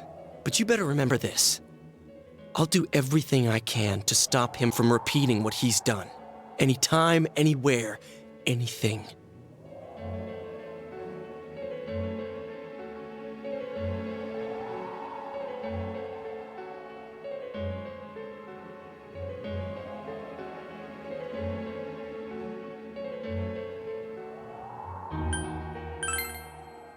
Jeez, how the hell can you stay so calm, man? Then again, that's why you're our leader. All right, let's go ahead and think this through as much as we need. If we leave any unanswered questions behind, we'll just be lying to ourselves. Yeah, that ain't gonna cut it. All right, I'm convinced. Thank you. I'll think as hard as I can and try to help. We all know how you feel, Yosuke. Come on, we've accomplished this much together, haven't we? Right. Together. Yeah, you're right. Sorry. And thanks.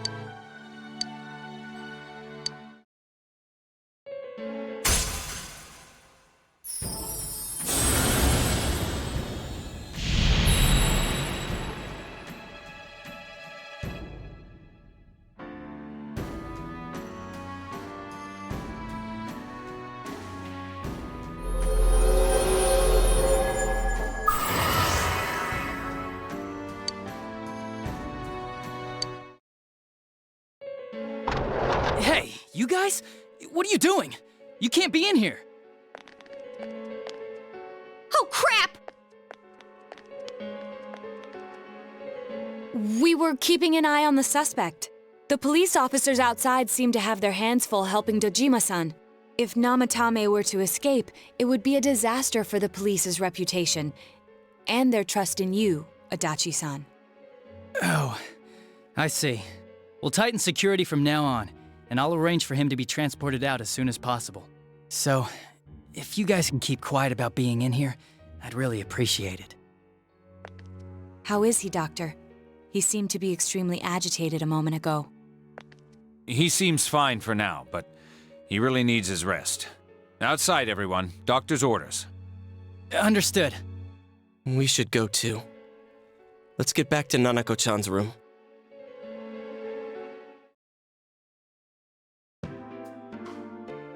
So what's this thing we're missing, huh? To tell the truth, there's something that's bothering me too. Why did he start killing people in the first place? Well, he said himself it was to save them, right? So he killed his lover in order to save her and kept going? The police speculated the first murder was related to the affair, so they called in Namatame for questioning. But everything in his testimony and his bearing No matter what they looked at, they found nothing suspicious. If he truly is twisted enough to believe that murder is a means of saving people, I think that would have shown through. Maybe he faked it real well.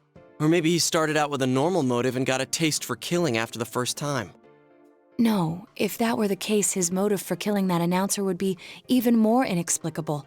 Namatame and his wife were separated at the time. Both Misuzu Hiragi and himself testified that she had discarded him. Hiragi also knew about Yamano beforehand, and Namatame was shocked to hear of Yamano's death. Their relationship was known and was not strained to the point of murder. There's simply no motive in the affair angle. The police invested a great deal of effort into investigating this point.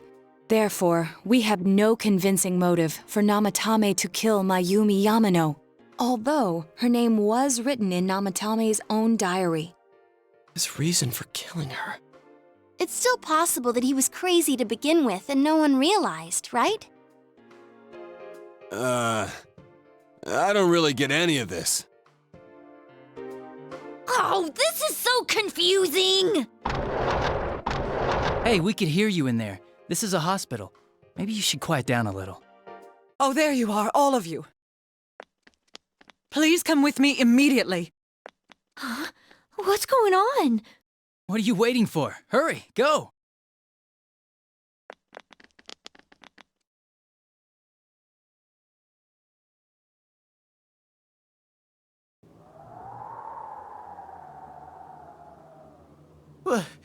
Where am I? Is this Teddy's world? This doesn't quite feel like it, though. I remember being at the hospital. That's right, Nana-chan. I couldn't do anything. Why do I even exist? I couldn't keep my promise. I lost my reason to be there. That's it. I remember now. So, it was true. Guys! Sensei! What should I do?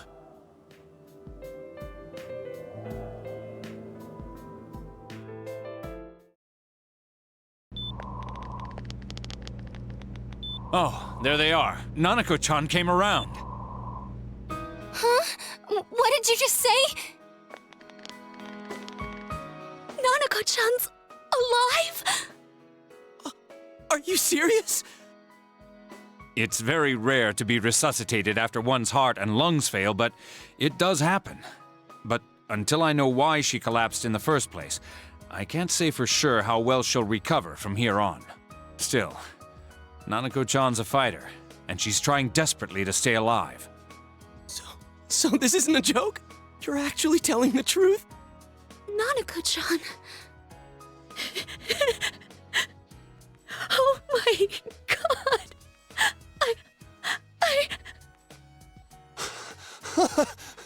This is amazing! Miracles do happen. I'm so glad. I didn't know what I was gonna do. Come on.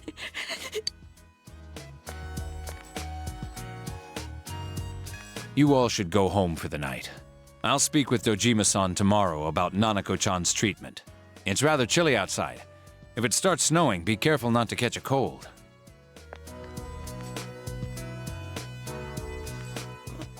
Wait a second, where's Teddy? I noticed he didn't come with us when we went to Namatame's room. You're right. That's weird. I figured he wouldn't move from Nanako-chan's side. Teddy, where did you go? Oh yeah, he has a cell with him. Wait, I shouldn't use mine inside the hospital. I'll try calling him up once we're outside.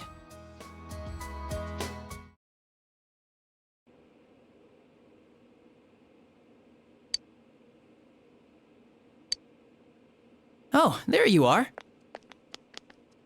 I forgot to tell you. Don't pull that again, okay? You can't just meet with the suspect like that. Anyway, I came to give you an update on Dojima-san. His wounds opened up a little, but he's treated now and he's fast asleep. He'll be alright, don't worry. Knowing him, by this time tomorrow, he'll be on his feet and yelling at people again. Don't tell him I said that. Anyway, I heard Nanako-chan's on the road to recovery again. You guys were being so dramatic that I got really worried. But this is good news. She'll be well again in no time. By the way, you're all alone at the house now, right? Well, enjoy your freedom while you can. Dojima-san and Nanako-chan will be back soon after all.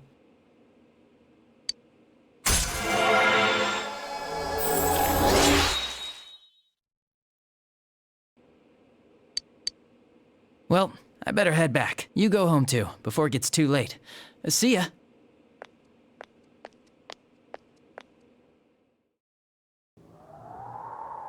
Couldn't save. I couldn't save. Why? Mayumi. And that girl too. I couldn't save them. Huh? What's the matter? Feeling guilty all of a sudden? Sheesh.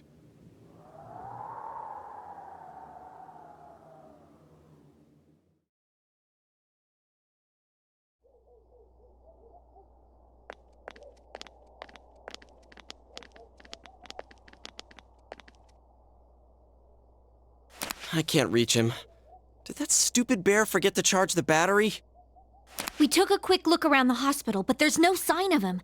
I wonder where he went. Oh, it's snow. Hey, you're right. Wow, it's been a while since I last saw real snow. It doesn't look that pretty, though, because of this fog.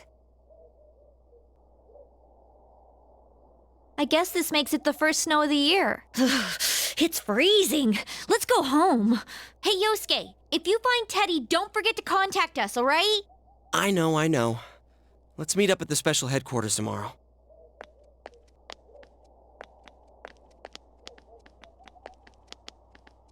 Man, that Ted. I hope he just went back home by himself. He's probably fine. But I'll hurry home just in case. Well, see you tomorrow.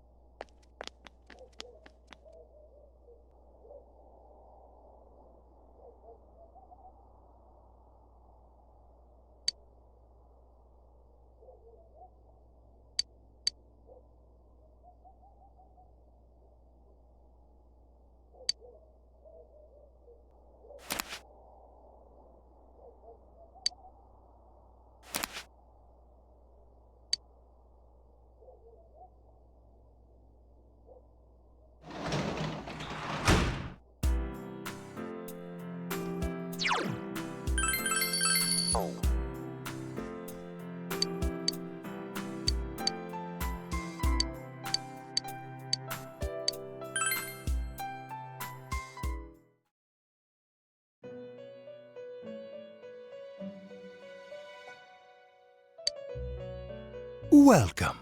It's been quite some time. Do not be alarmed. You are fast asleep in the real world. I have summoned you within your dreams. Now then, your journey has taken you quite a distance thus far. Do you believe you'll be able to successfully solve this mystery?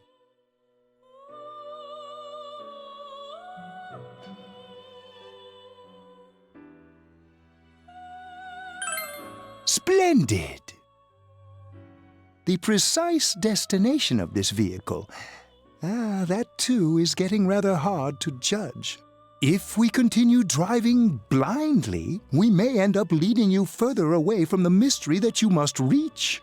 Well, why don't we take a moment to look back on your journey? It was for that purpose that I summoned you here tonight. Margaret?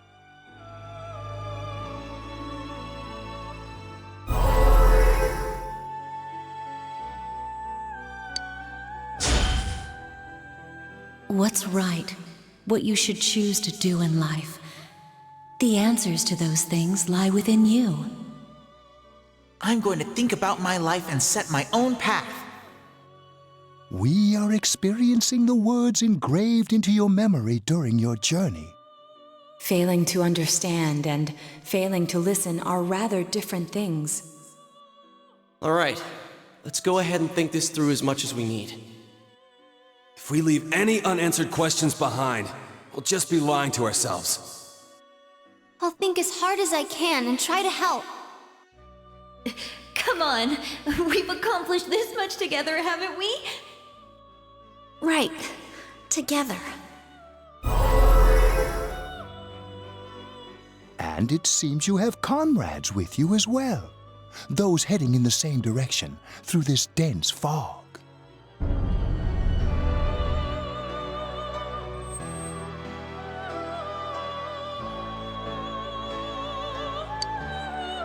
We'll be parked for the moment while I confirm our current heading.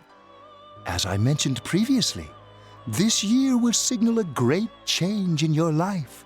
Though there isn't much time left, it can be worth your while to take the time to stop and reflect. People are like water flowing in a river. There is only one stream, but all who pass through it are affected differently. Some travel fast. Some change their course, experiencing countless events as they travel down the river of time. Just so. The state of this room reflects the scenery of your heart. Perhaps this may be a time for contemplation rather than action.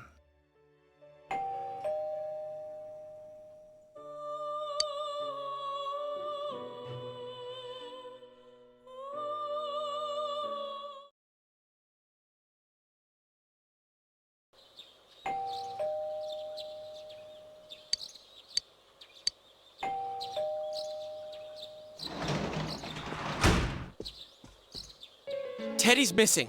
I looked all over the neighborhood, but I couldn't find him anywhere. Yeah, me too. He was acting all weird lately. Rise and the others are checking inside the TV to see if he's gone back to the other side. We're meeting pretty soon, so will you come with me to Jeunesse?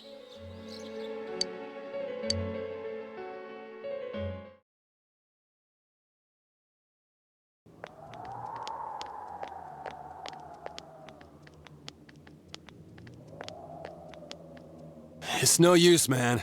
We can't find him. No luck for me either. I didn't sense anything over there. The fog's so dense it might be affecting my readings. I wish I could do better. I'm sorry. Ted. Don't tell me he really went back to his world this time. We told him over and over that he could stay here.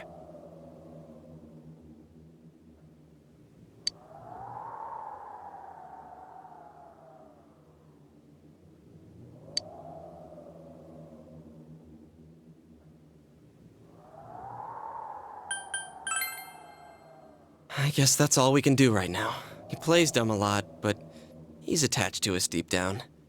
He wouldn't disappear without saying anything, right? I'm worried for Teddy myself, but let's trust in him and await his return. Right now, we must concentrate on the case. It won't be long before Namatame is transferred to another location. We must hurry, or we will miss our only chance to get his perspective on this. You know, I've been thinking about the case since, but something just doesn't seem right. Let's quickly review the facts. Of all the victims, only 2 were killed. Miss Yamano the announcer, and Saki-san. From the documents we found in the car, we know Namatame had some sort of dealings with them. After that, there were multiple attempted murders in which we were targeted. It was only when he took Nanako-chan that we caught him in the act, identifying his modus operandi in the process. When I hear you put it like that, sounds like the dude's guilty. As a result of Namatame's arrest, the police admitted that Mitsuo Kubo was a mere copycat killer. Back up to yesterday. Remember when you said Namatame didn't have a motive to kill the announcer? That's what's bothering me. Right. Either he's completely nuts, or we're misunderstanding something. You lost me. She's trying to say that if Namatame is sane, then there may be facts in the case we don't know about yet. Sane or insane? Sounds like a play I saw before. When he talks about saving people, what does that actually mean? I don't think there's any doubt that it includes kidnapping people and throwing them into the TV. Could he mean saving them through death? He did call himself a savior and said that the other side is a wonderful world. So they'll be saved if they die? What a bunch of crap! The bastard should have gone and saved himself. What do you think, Senpai?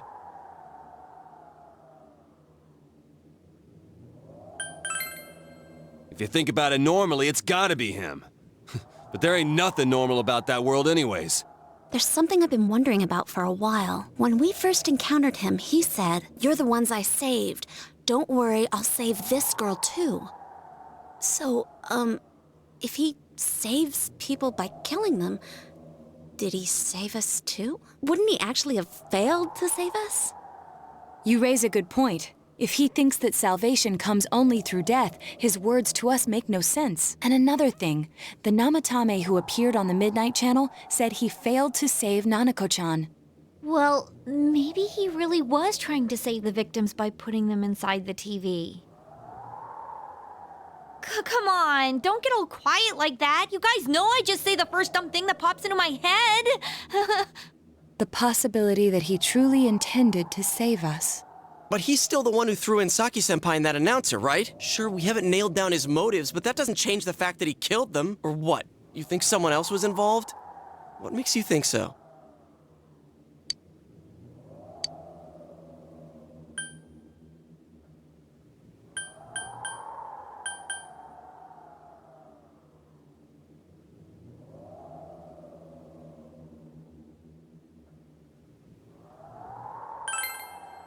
Warning letter?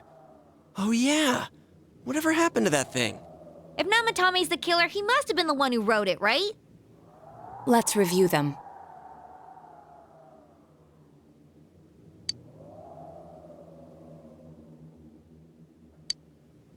Yes, that's right. Isn't that kinda odd? Would someone who thinks he's saving people by killing them write stuff like, "Don't rescue or kill"?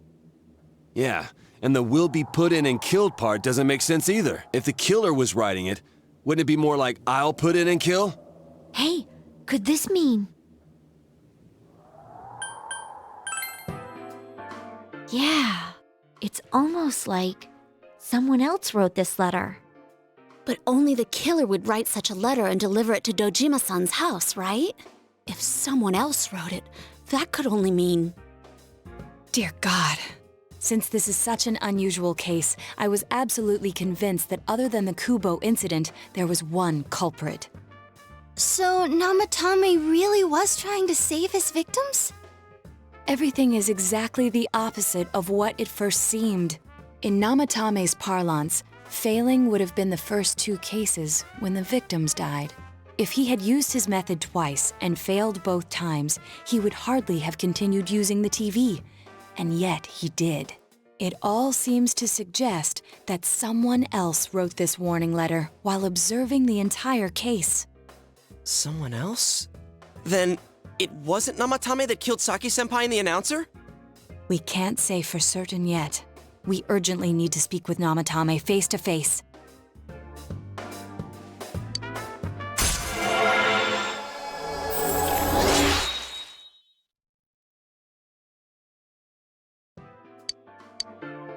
How though? After what happened yesterday, they said they're gonna tighten security. I have a plan, but there's no time to waste. Let's hurry to the hospital.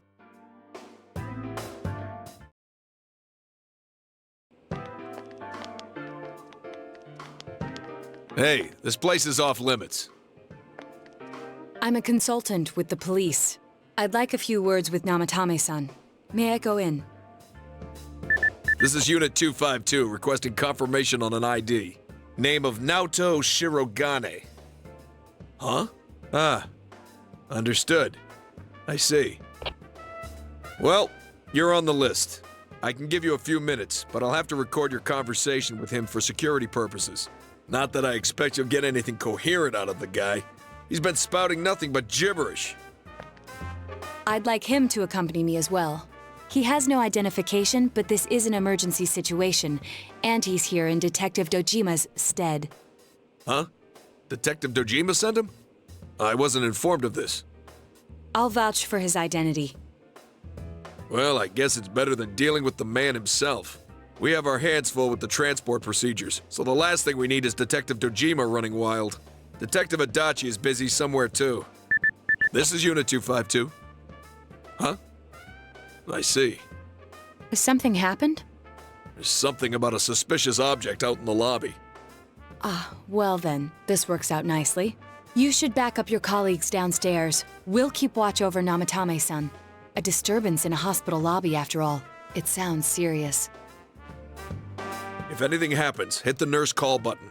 I'll leave the rest to you. Understood. Please be careful. I knew they were undermanned, but I didn't expect it to go this smoothly.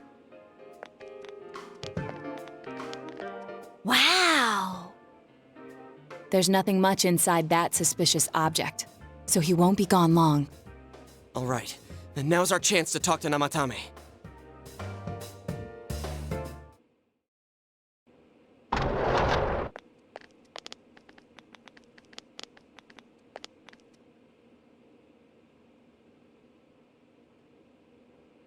Namatame-san, there's something we'd like to ask you.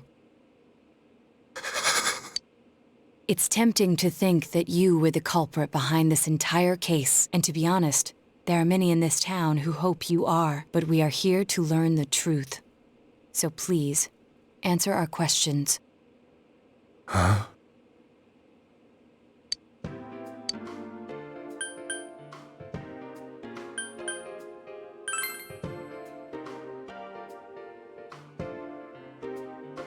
Huh? Me?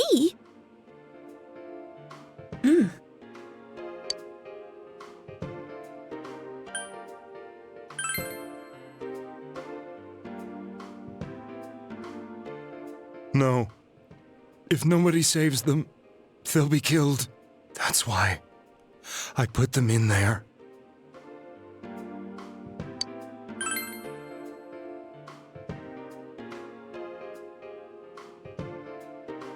They were killed. I couldn't save them. Then tell me if my estimation is correct so far. After discovering the Yamano and Konishi incidents, you realized an appearance on the Midnight Channel meant certain death. Thus, to save her from that fate, you kidnapped Yukiko Amagi. You couldn't let her be killed, so you threw her into the TV, preventing the killer in this world from reaching her. And you repeated the process as more individuals appeared on the Midnight Channel. It all falls into place. His body is weak, but his mind is sound. He's trying to tell us the truth. Yeah, but if the stuff he's saying is true... There's another killer who murdered the first two victims? Indulge us in a few more questions.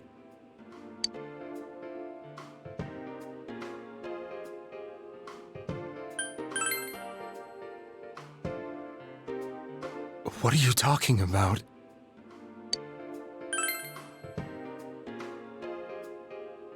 I have no idea.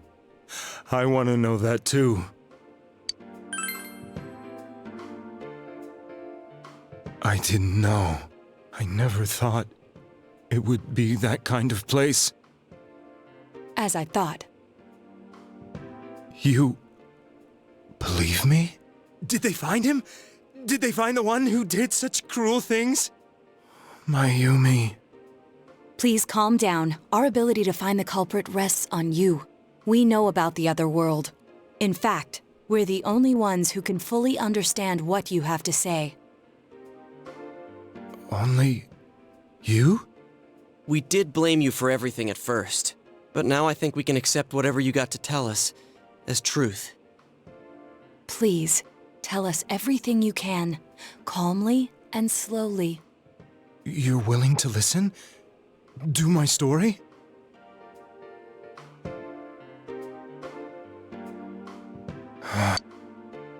All right.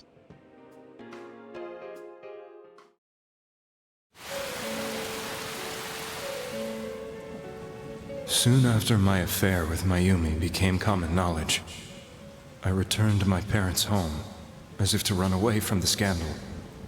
And I started drinking heavily to drown my anxieties. I hadn't been able to reach Mayumi at all, and that didn't help either.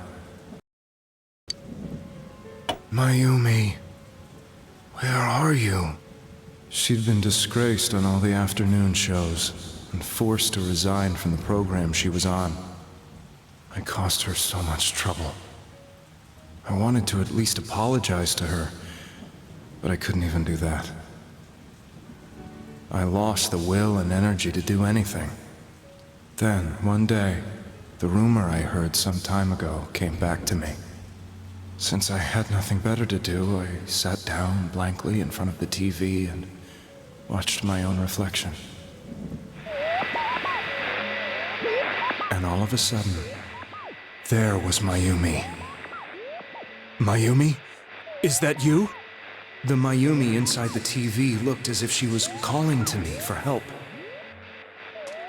Mayumi? Mayumi! When I reached out unthinkingly to touch her, my arm disappeared into the TV, as if I had dipped it into a pool of water. I was so shocked that I lost my balance and nearly fell face first into the TV.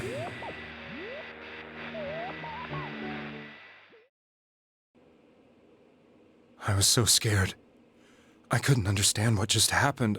I thought maybe I'd gone insane. In the end, I decided to think of it as just a dream, and I went back to the city the next day after finishing work. The next afternoon when I got to work, I was fired on the spot, as I expected. That wasn't what broke me, though. It was Mayumi being found dead, and not just that, but it had happened in my hometown.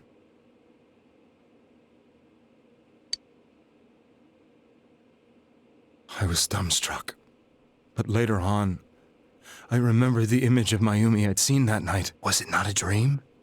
Could it really have been an SOS from Mayumi? I hadn't touched another TV because the first time was so terrifying, but I decided to try it again, and I confirmed that none of it was a dream. So that image, was it something Mayumi showed me, calling for help? That's how I felt.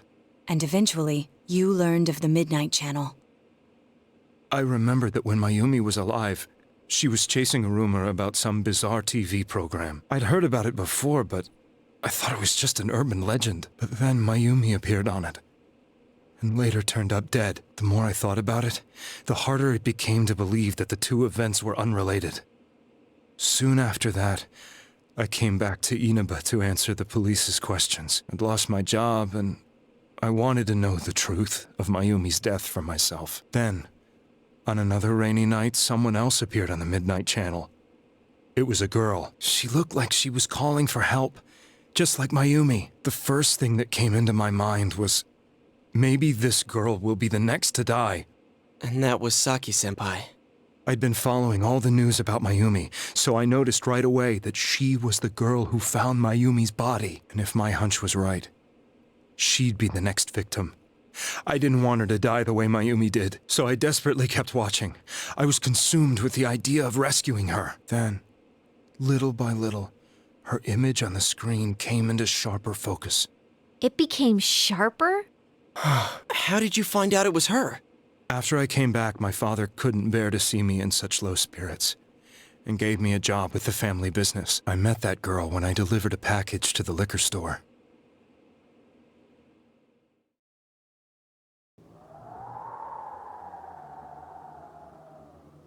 After agonizing over it, I decided to meet her, and told her to be careful.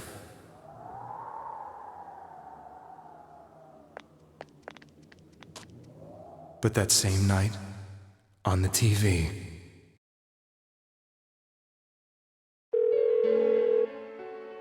she looked as if she was being engulfed by some black shape. She was writhing in pain. That's why I warned her. Why won't she pick up the phone? Come on, please!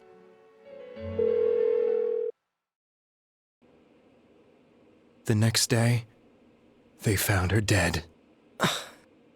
I knew she was going to be murdered, but I couldn't save her. I blamed myself, thinking there must have been something I could have done.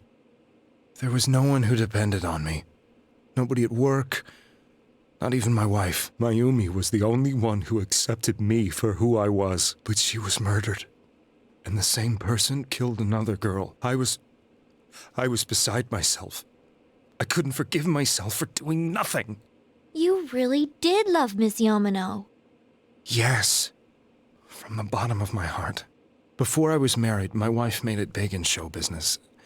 I was happy for her, but it put a strain on our relationship. I think I can kinda relate.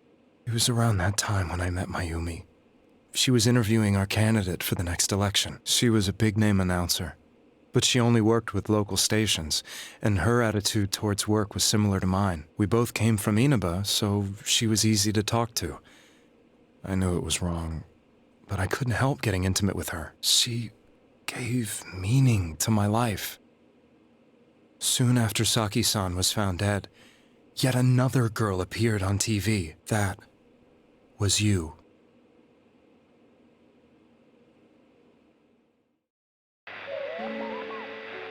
She'll be kidnapped next, and murdered. I can't let her end up like Mayumi and that other girl. This time, I'm gonna do something. My opponent was a murderer who left no clues to his identity. I thought hard about what I could do to protect her from someone like that. I'll never convince her. If she gets suspicious and they arrest me, who'll save her then? The girl inside the TV looked as if she was smiling at me. And that's when it hit me. I apparently had the power to go through the TV screen to the other side. Then, what if I put her into the TV and give her shelter there before the killer gets her? What are you trying to tell me? That it's safe over there? Is that it? The girl inside the TV seemed to smile at me again. And I thought, no matter what kind of place it might be, it's better than being slaughtered. Once things calmed down, I could just let her out again. If she's inside the TV, there's no way they can find her. It felt as if everything was starting to come together in my mind. Could it be that Mayumi gave me that power to prevent any more victims from meeting her fate? Was it my mission to save people? But there was a big problem. If I explained the situation to the victim, they wouldn't understand. I had already tried that and failed miserably. It seemed the only thing I could do was to take them away. If that was my mission, I'd just have to do it. Or so I thought. Mayumi, please lend me your strength.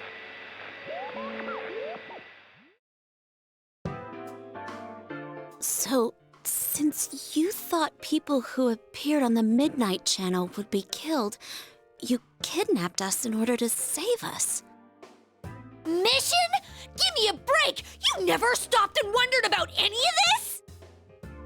I thought I was the only one who could help them. I did call the police, but they didn't believe me. I knew the area well, thanks to my job. I had a large truck, and I could move around without suspicion. I thought my job as a delivery man would be the perfect cover for my mission. I thought no one else could do it. But are you telling me that I wasn't saving them? If a person is still within the TV world when the fog appears here, they will die. Beginning with Yukiko-san, the people you thought you had been saving were, in fact, in mortal peril. It was my friends here who really saved us all. I had a feeling that was it. When I went after that little girl and entered the TV myself, for the first time, I had some doubts about myself. You refer to Nanako-chan, correct? The police were after me, so I had to get away. But I still felt I needed to do everything I could to save that poor little girl. That's why I went in after her. But the TV world was completely different than I imagined. Such an abominable, grotesque place. I knew that the three of you who I saved went back to your normal lives, so I didn't realize how terrible that world was. I never knew you couldn't even get out of that place on your own. No. That's a cowardly way to put it. I'd probably already begun to realize that it was a dangerous place. If I hadn't, I wouldn't have gone to see you all. See us? Wait, are you talking about the concert we did at Junes? Yes. I wanted to know why the ones I saved were all hanging out with each other, and how much you remembered. But in the end, I couldn't bring myself to say anything and ran home. I must have felt too guilty. But all the doubts and anxieties I'd been unconsciously suppressing exploded out when I entered the television myself. I thought I was going insane. I probably did. And you know the rest. When I came to, I was lying in a hospital bed. You really were trying to save people. But I ended up doing just the opposite. What a fool. I always wanted to enter the world of politics and become useful to society. But after losing my job and the woman I loved, all I had left was this power. I convinced myself that world was some sort of sanctuary, and I secretly believed myself to be a hero. I never doubted what I saw on TV, and believed everything was as I wanted it to be. I didn't think for myself at all. That's why I couldn't protect them. I'm to blame for all of this.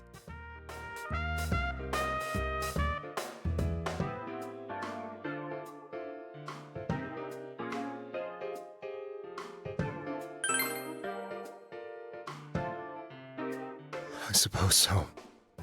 But the things I've done are too serious to be brushed aside like that. I have no intentions of running away from my crimes. I'm prepared to face the consequences. Kidnapping is already a serious crime.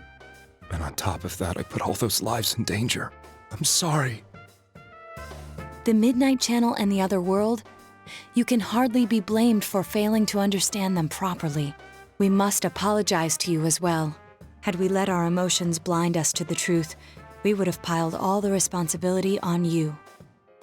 I guess from your point of view, people did stop dying once you started saving people. The more you did it, the more you really believed you were preventing their deaths.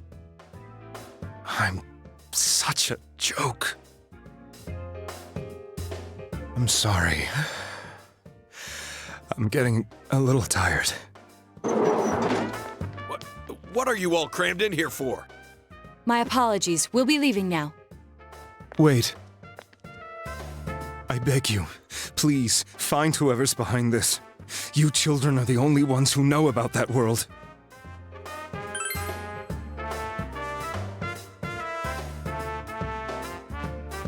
It's all clear now. He never committed any murders.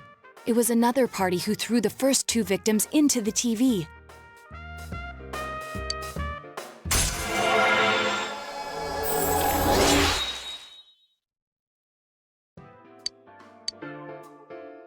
Now get out of here! I told you, he's almost ready to be transported. We can't have anything else happen. Sheesh, I better not see you rascals here again.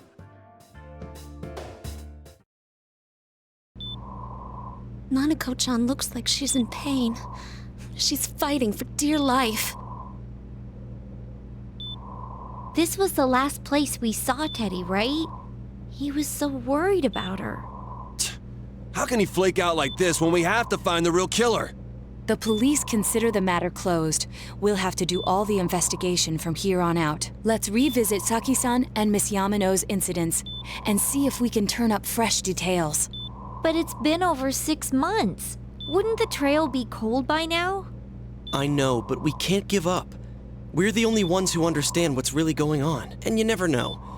People might remember some things now because they've had so much time to think about it. Let's split up and talk to people all over town tomorrow. We'll meet up in the evening to discuss our findings. I hope we can find out something about Teddy, too.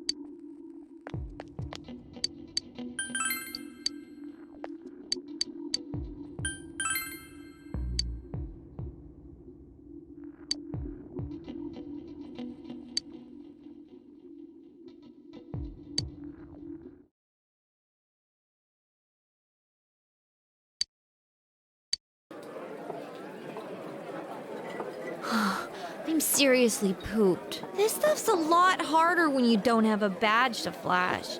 I walked around all day and didn't hear anything good. It was the same for me. There was absolutely no talk about the case whatsoever, let alone the true culprit. Ditto for me. Actually, in my case, I kept getting bombarded with questions and couldn't get them onto the main subject at all. The killer must be pretty good to have pulled this off without being seen by anyone in this small town. What should we do? Well, 1 steak bowl, please. That's not what I meant. But then again, I guess we might as well take a break. I'll have a crab and egg fried rice. I'll have roast pork ramen with extra noodles.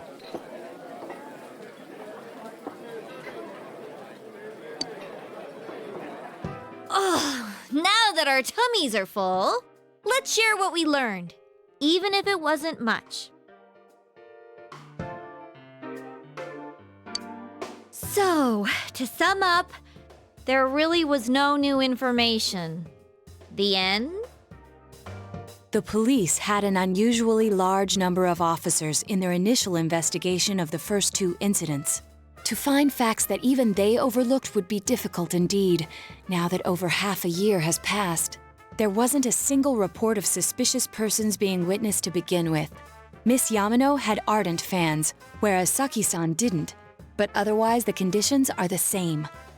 You know, every time I tried to ask about the case, everyone ignored me and kept ranting about the damn fog. Yeah, that or the Midnight Channel. I asked around about Teddy too, but no one's seen him. Gee, I wonder where he could have gone. Do you have anything, Naoto? Any new, deductions? Without any new data to work with, there isn't much I can do. But there must be someone in town who meets all the criteria for this case. The killer must have a connection to both Saki-san and Miss Yamano, as well as be in a position to observe our actions periodically to some extent. Finally, it must be someone who could approach Senpai's house without arousing suspicion. I need some fresh air before I give it more thought. I'll be outside.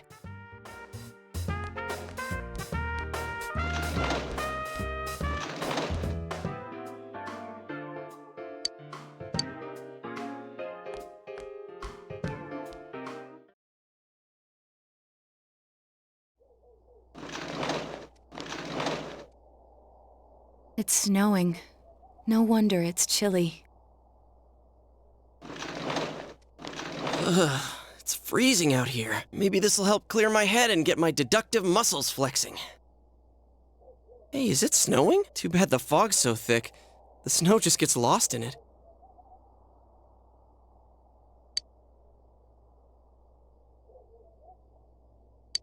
What's the matter?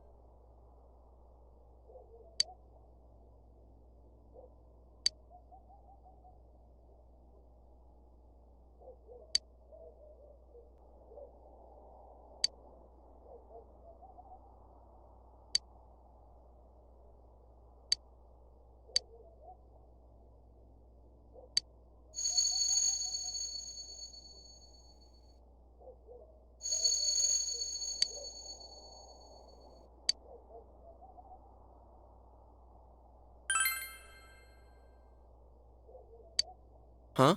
What about him? Detective Adachi. A member of the police force.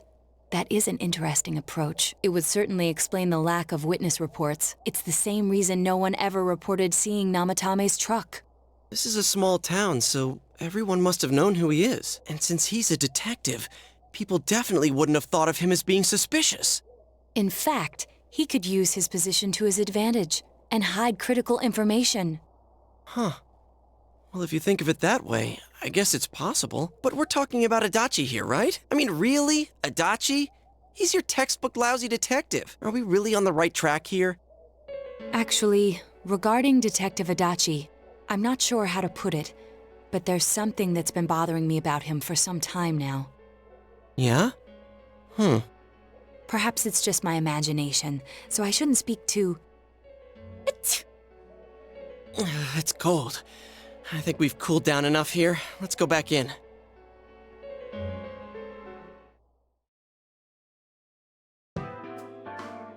Adachi-san? That can't be. I mean, he said he came to escort Miss Yamano and... What? Was he at your inn when the announcer was staying there?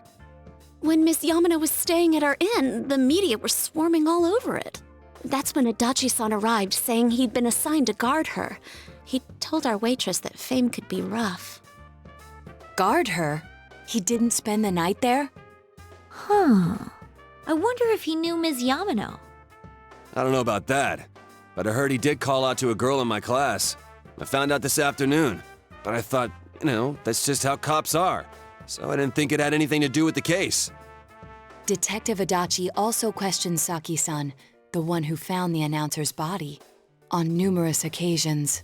I heard it was because there was so little information about the case at the time, but it's certainly unusual to question someone with as strong an alibi as hers multiple times.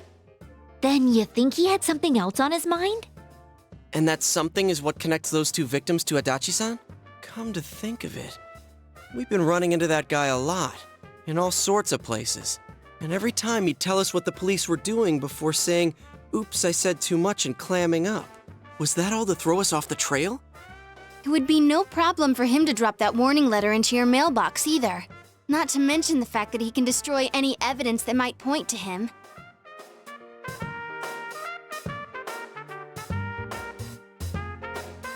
Then, is it really Adachi-san? This is still only a tentative theory.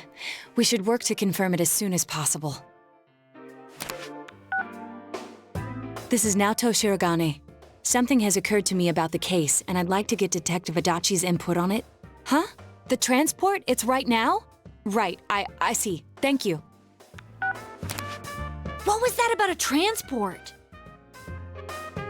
Detective Adachi is headed to the hospital to prepare for Namatame's relocation. We must head there at once.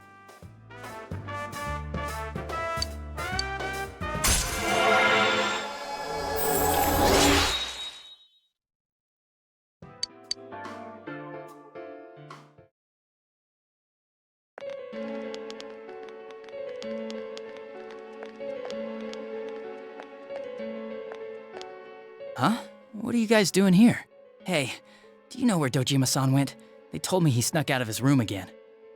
I assure you, we've made it clear to him several times that he needs to stay put, but he keeps going off on his own. Jeez, with Namatame finally relocated, I was looking forward to going home. So, he's been relocated. I've been wondering, you seem to be in a terrible hurry to get him out of this hospital. Huh? Oh, well, yeah. I mean, we can't leave him here with Dojima-san and Nanako-chan around.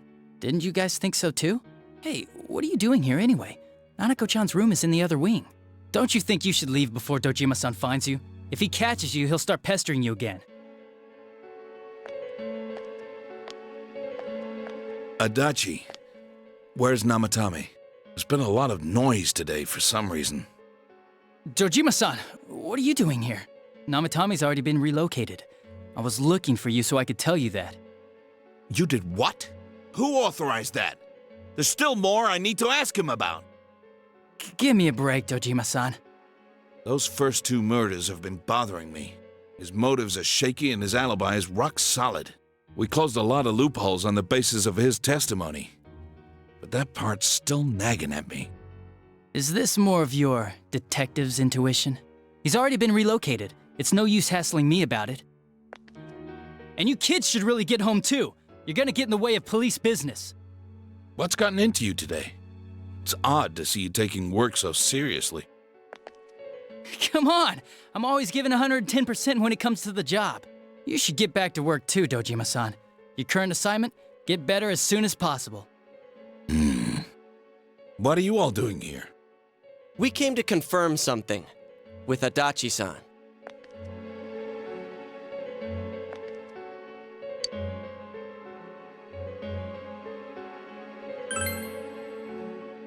The time the announcer went missing? I can't say for sure offhand. It's not like I saw her or anything. That was months and months ago too. My memory's kinda hazy that far back.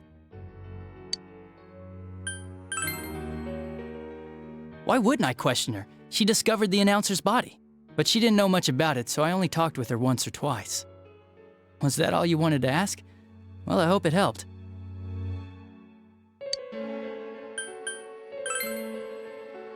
Warning letter? The one that was delivered to his house. It's in police custody now, correct? I don't really remember. Hey, what do you mean you don't remember? I gave it to you to take down to the crime lab for processing. You're telling me you forgot? I'm sorry. Your accident was right after that, and what with one thing and another, it sort of slipped my mind. Besides, that thing was just a prank, wasn't it? Jeez, what are you asking me all this for? For crying out loud, what's this all supposed to be about? Dojima-san, you really need to get back to your bed. That's why your wounds aren't healing. And you all need to go home right now. Do you have any idea what time it is? I'm going back. I need to get to the station and report in. Just one more thing, please. We know for certain now that the first two murders weren't Namatame's doing.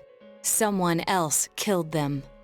Adachi-san, do you have any idea who that might be? I have no idea what you're talking about. 'Cause we think it might have been you. What? That's ridiculous! We already know Namatame's the one who put them all in! What did you just say? Put them all in? What's this putting them in business? Do you know something about the method behind their murders? Don't tell me that all that talk about TVs and whatnot from before was... I see. Now I finally understand. To tell the truth, Adachi-san, I've been fixated on something you once said. Before I didn't know why, only that it sounded a wrong note to me. Do you recall when I read Namatame's diary? At the scene of Dojima-san's accident. At the time, I said, even the victims who survived and were never released to the public are written here. And in response, your words were, wow. Then that settles it. How, I wonder? Would that settle anything? At the time, the police had no idea that there had been other attempted murders related to the case. You had no reason to say such a thing. After all, there are countless examples of people disappearing for a few days. Yet when I read the list of names, you raised no objection. Odd that. What do you say to that, Detective Adachi?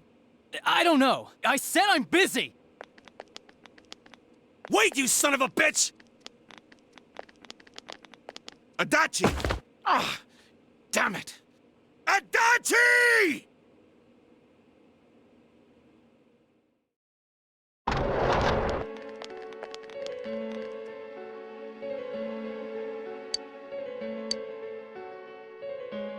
What the? I swear he ran this way! Damn it! Where the hell did he go? Did you find him? I contacted security. Nobody's seen Adachi and there's no record of anyone leaving this area. So he must be still in this ward somewhere. He's still here? But we looked! We didn't find him anywhere! That bastard. Dojima-san? For heaven's sake, what are we going to do with you? Sorry. I got carried away. Do you even want to get better? If you keep this up, there could be lasting damages. Have you forgotten how much trouble it caused you last time? You're right. Sorry. You've got to find Adachi. I need to square this away with him. Please.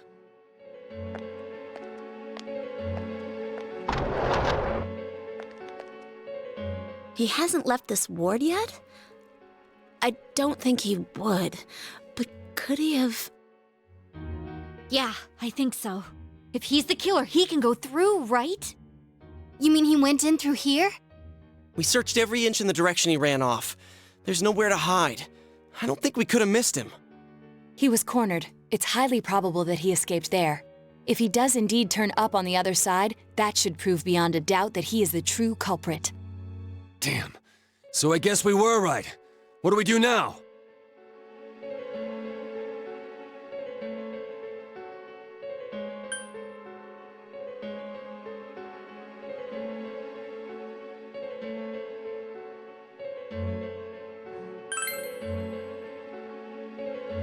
I think it's too dangerous to go in from here. We're not 100% positive he used this TV, and on top of that, we don't know where it might lead. Let's go in from Jeunesse like always. It'll be fine. So long as we're ready for him, we'll crush that jerk in one strike.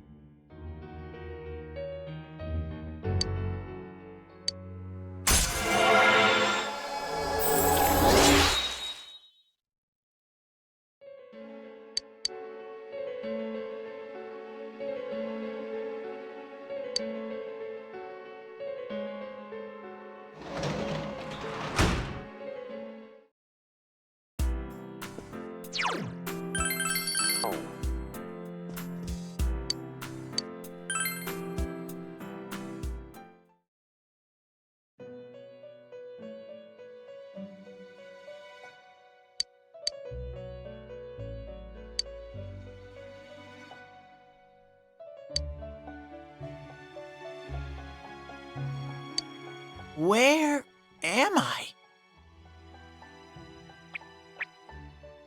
Sensei? Why are you here? I see. How mysterious. There are so many things I don't know about. But I did realize something. I've been thinking all this time about who I really am, but I couldn't find the answer. I was no one from the start. Humans live in the other world, and shadows live in this world. From the beginning, that's all there was to it. I was just a shadow in that world. You're always so kind, Sensei.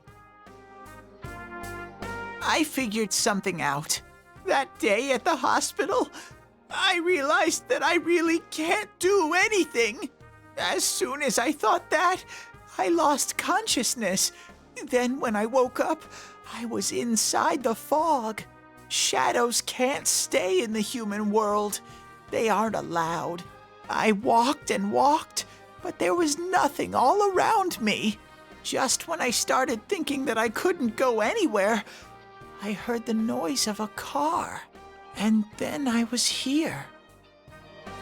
I remember lots of things now. My world is a place shaped by human thoughts. One day, a shadow living in that world awakened to human emotions. But humans and shadows are completely different entities. So he made himself forget that he was a shadow. He wanted to forget. He wanted people to like him. And that's how he came to look like this. I really am stupid. What the other Teddy said before, in the end, it was all true.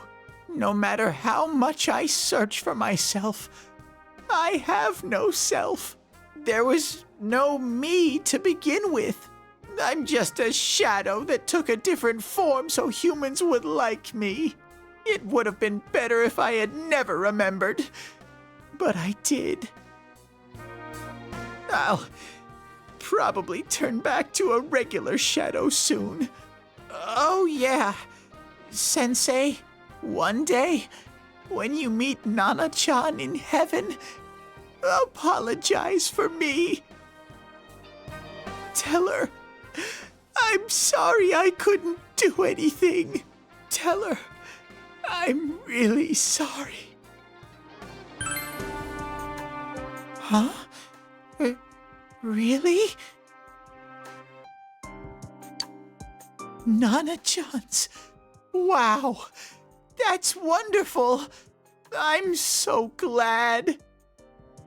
Glad that I could at least hear that. My heart feels so much lighter now. I'm starting to feel sleepy. What a strange place. It feels so soothing. It's not like my world. Something just feels so nostalgic about this place. Could this be your dream world, Sensei?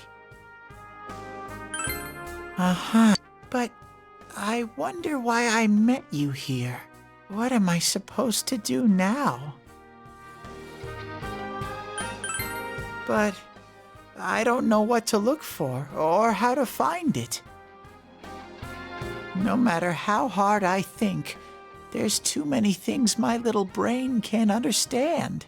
But I do understand one thing now. I'm glad that I met you, Sensei.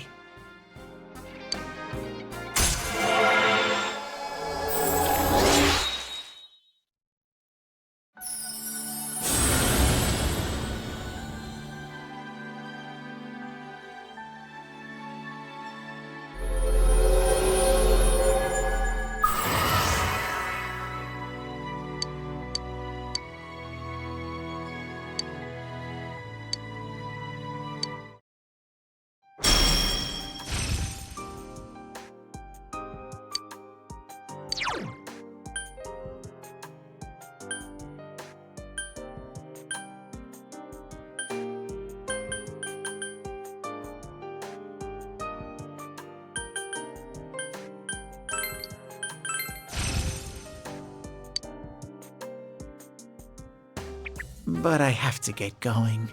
This is your place. It doesn't seem like somewhere that I'd be allowed to stay. Goodbye, Sensei.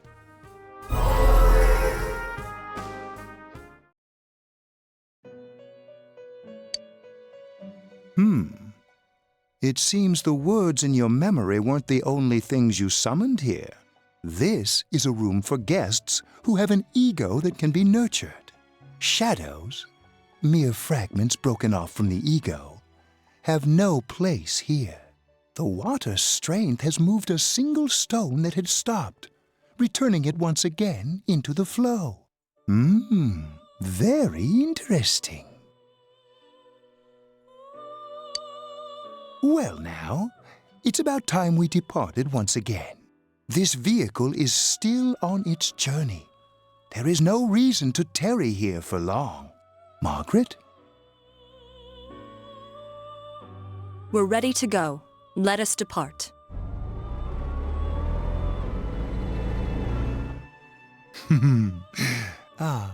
You are every inch the guest I had anticipated.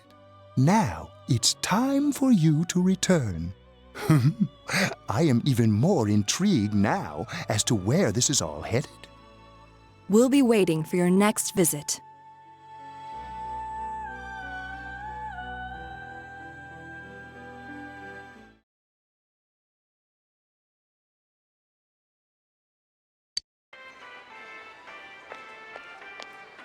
How did it go?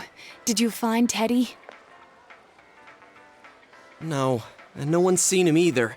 Ugh, that annoying little furball! Just when we're at a turning point in the case, too. We have no choice. Let's pursue Adachi for now.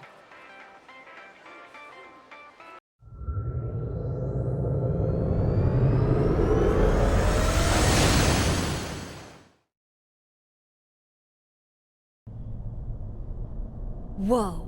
Look how dense this fog is. It's gotten even worse than before. What the? There's this malicious aura everywhere. It feels completely different from the last time I was here. I think we'd better hurry. Give me a sec to try finding Adachi.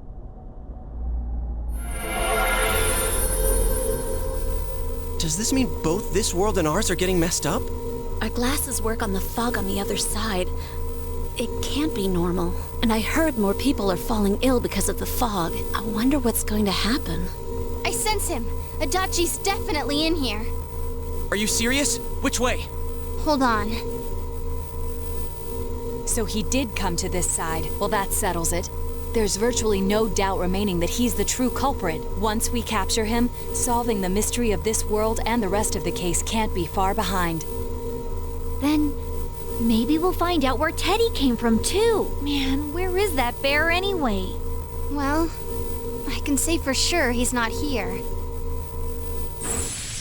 And I know Adachi is here, but I can't track him down myself. Gee, Ted, why aren't you here when we need you most?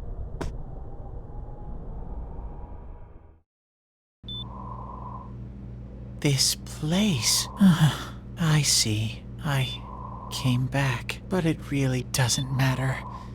I'm completely useless.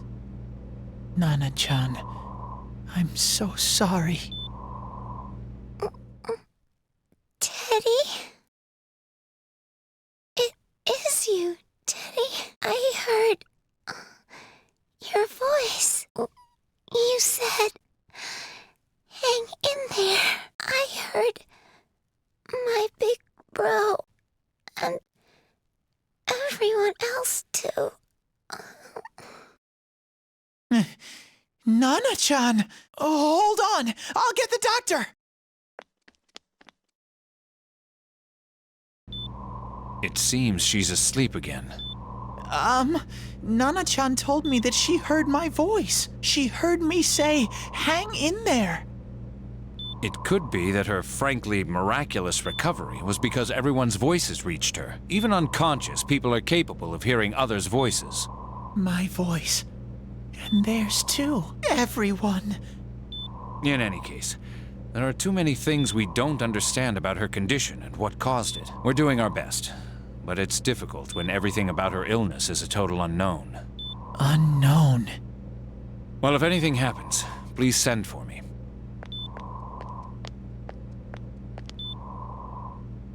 If I'm an unknown being, then the way I can change is unknown too. So all I have to do is make them not unknown. Nana-chan's doing her best. Sensei and the others are probably fighting now too. I'm just a shadow. But Nana-chan cheered up when she heard my voice. So what if I'm just a shadow? There must be something I can do. I can't just give up thinking about things. That's why I came back here. Right, Nana-chan?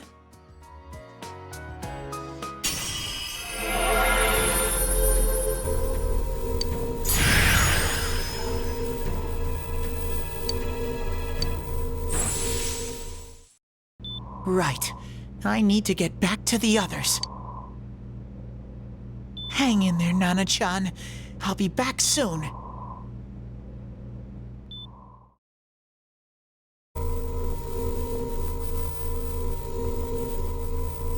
It's no use. I can only tell that Adachi is here, not his exact location. Rise-chan! If only Teddy was with us. Didn't he say his nose is practically useless now? And could he even help us find that bastard? Nope. He'd be no help at all, but he was always there to support me whenever. That bear's a loudmouth, but he's nice to have around. He's always so full of energy. He's lighthearted and always optimistic.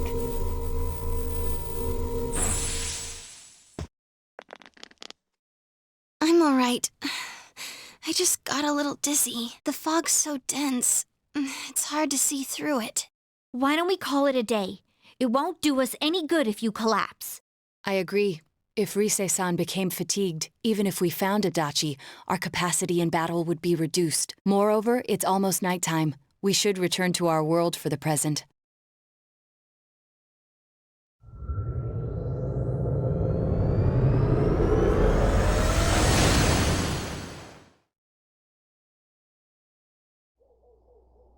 Damn it! We came so far to run smack into a dead end! I know he's in there too. What's wrong with me? My powers are completely useless! Teddy? You little... Where the hell were you? I'm sorry. You idiot! Bad bear! Bad! You're so late! Who do you think you are? Are you faking? No, stupid! Sorry. I want to help you all again. You know how much trouble you caused, you dumb bear? Where the hell were you? I'm sorry. I figured out a lot of things. Stuff about me and that world. I wanted to tell you all.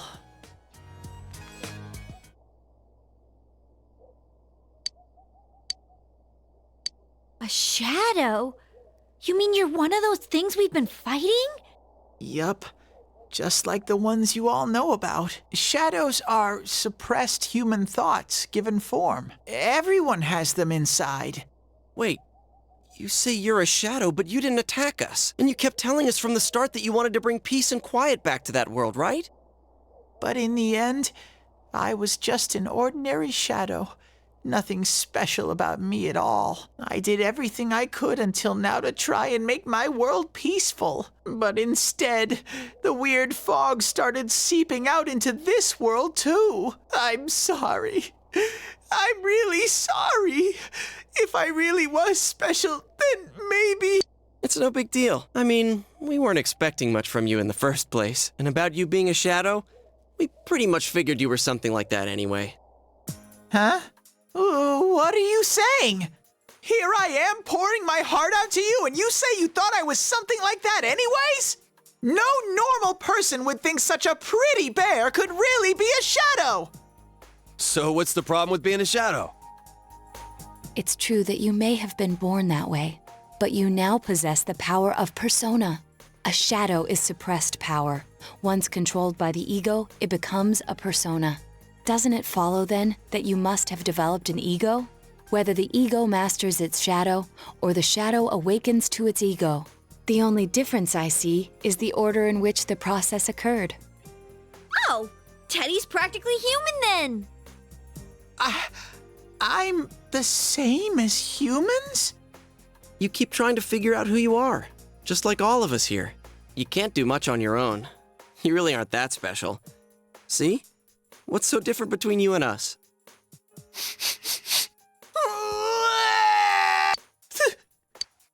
I'm so glad I met you guys. The rest of us were pretty much a group of misfits to begin with, too, right? You fit right in, man. I beg your pardon? Who are you calling a misfit? Isn't that just you, Senpai? Hey, that's not something a detective would say. Or an idol, either. Gee, stop crying, will ya? Now's not the time for that. While you were gone, we figured out who murdered the announcer and Senpai. It was Adachi. Huh? Adachi? That total goofball? Whoa! I didn't notice at all. Looks like I'm pretty blind to that sort of thing. But you all know him. If you can't find someone like that, I don't think I can help you. Like I said, we're not expecting much from you. Well, the main thing is, it's hard to get pumped about this without someone nice and fuzzy around. Yeah, what Kanji said. Okay. Thanks, guys. All right, now that the band's back together, let's take it from the top. Starting tomorrow. It's been a while, but I'll do my best to look for him too. Leave it to Fuzzy.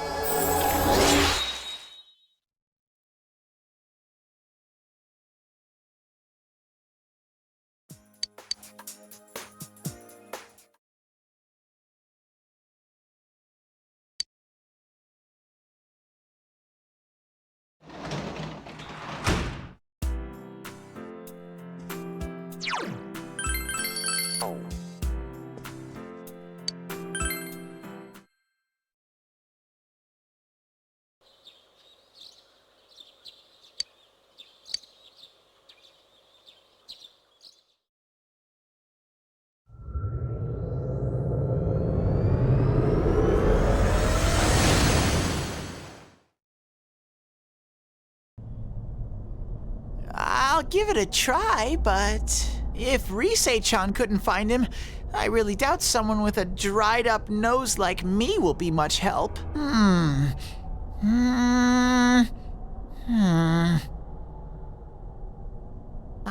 do smell a Dachi baby in here, but the fog is completely covering up his scent. Teddy, you can't do it either? When you look at me with those eyes, I get this feeling I've gotta sniff him out no matter what! This is my time to shine! Ooh, I'm getting something!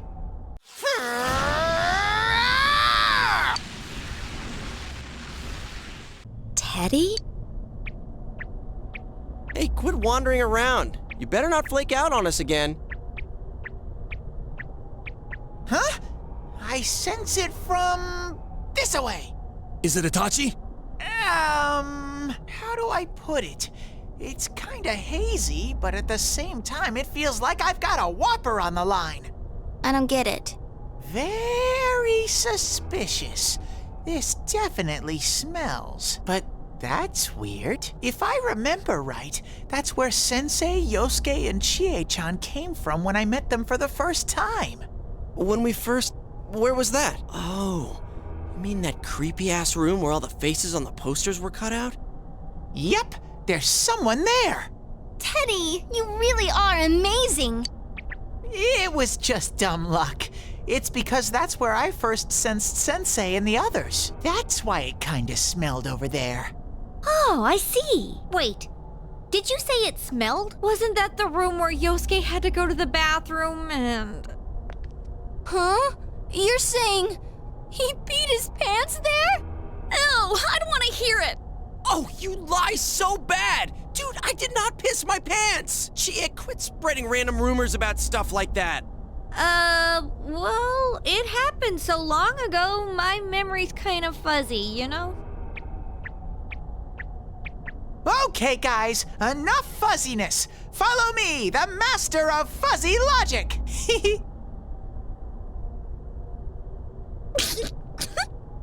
I haven't heard you crack up in a while, Yuki, though I really wonder sometimes about your sense of humor.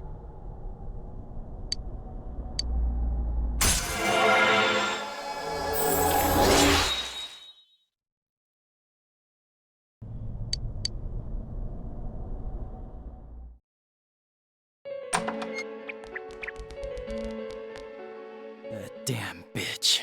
I noticed her first, and she just had to run off and have an affair. Who's there? Oh, it's you guys. You're very persistent.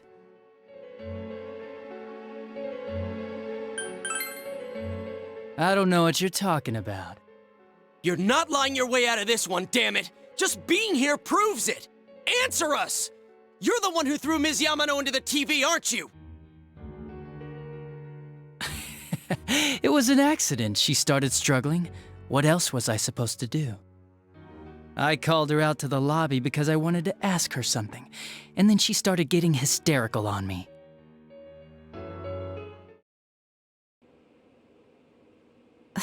Who are you? And what's this something important you called me out here for? What they say on the news isn't true, is it? All that talk about you having an affair and whatnot?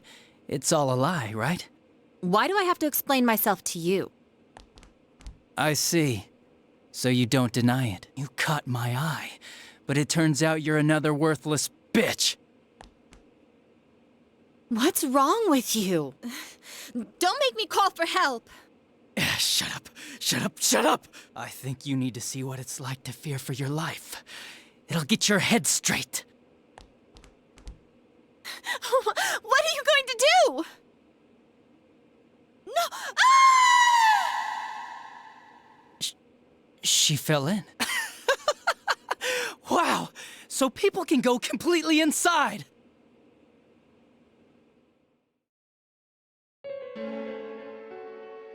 Good thing for me, no one else was around there in the middle of the night.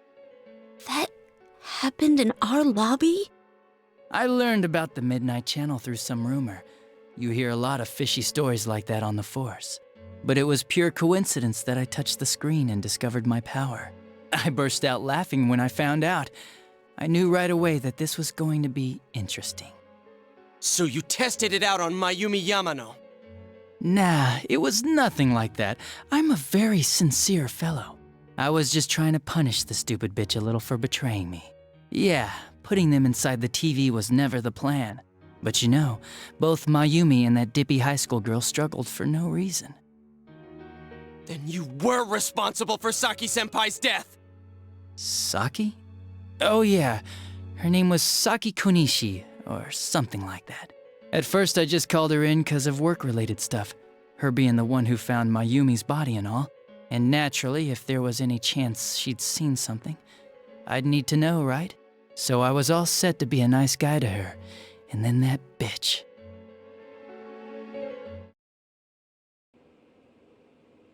What's this about anyways? Didn't you call me in for more questions? Well, we'll get to that. But you know, I saw you this afternoon. You were getting pretty cozy with that Namatame. Huh? So I'm not good enough for you. Well, I know how to deal with girls like you. No! God, these high school girls today. This world's gone straight to shit. When I was in school, I wasn't allowed to do anything but study my ass off. I was supposed to be the best of the best, and instead they stick me in the boonies. But I guess I got this sweet power to make up for it. Life's not so bad after all.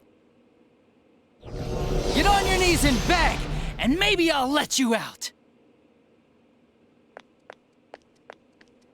Yeah, like that'll happen. As if I'd walk into a death trap like that.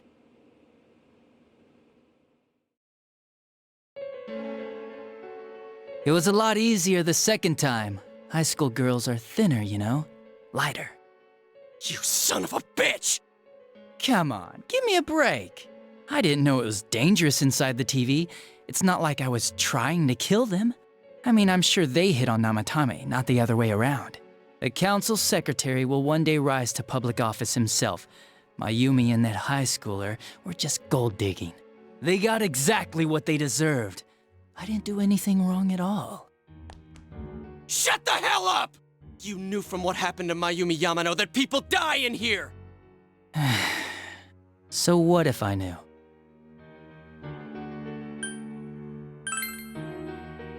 No one. You already know it was Namatame who did the rest. He called the police in the middle of the night just after they found that Saki girl's body. The rest of the force had their hands full with the double homicide, and it happened that I was the one who took the call. Namatame said the police refused to take him seriously. You were responsible for that then. Oh, quite the contrary. If anyone else had taken the call, sure, but I actually did believe him, you know?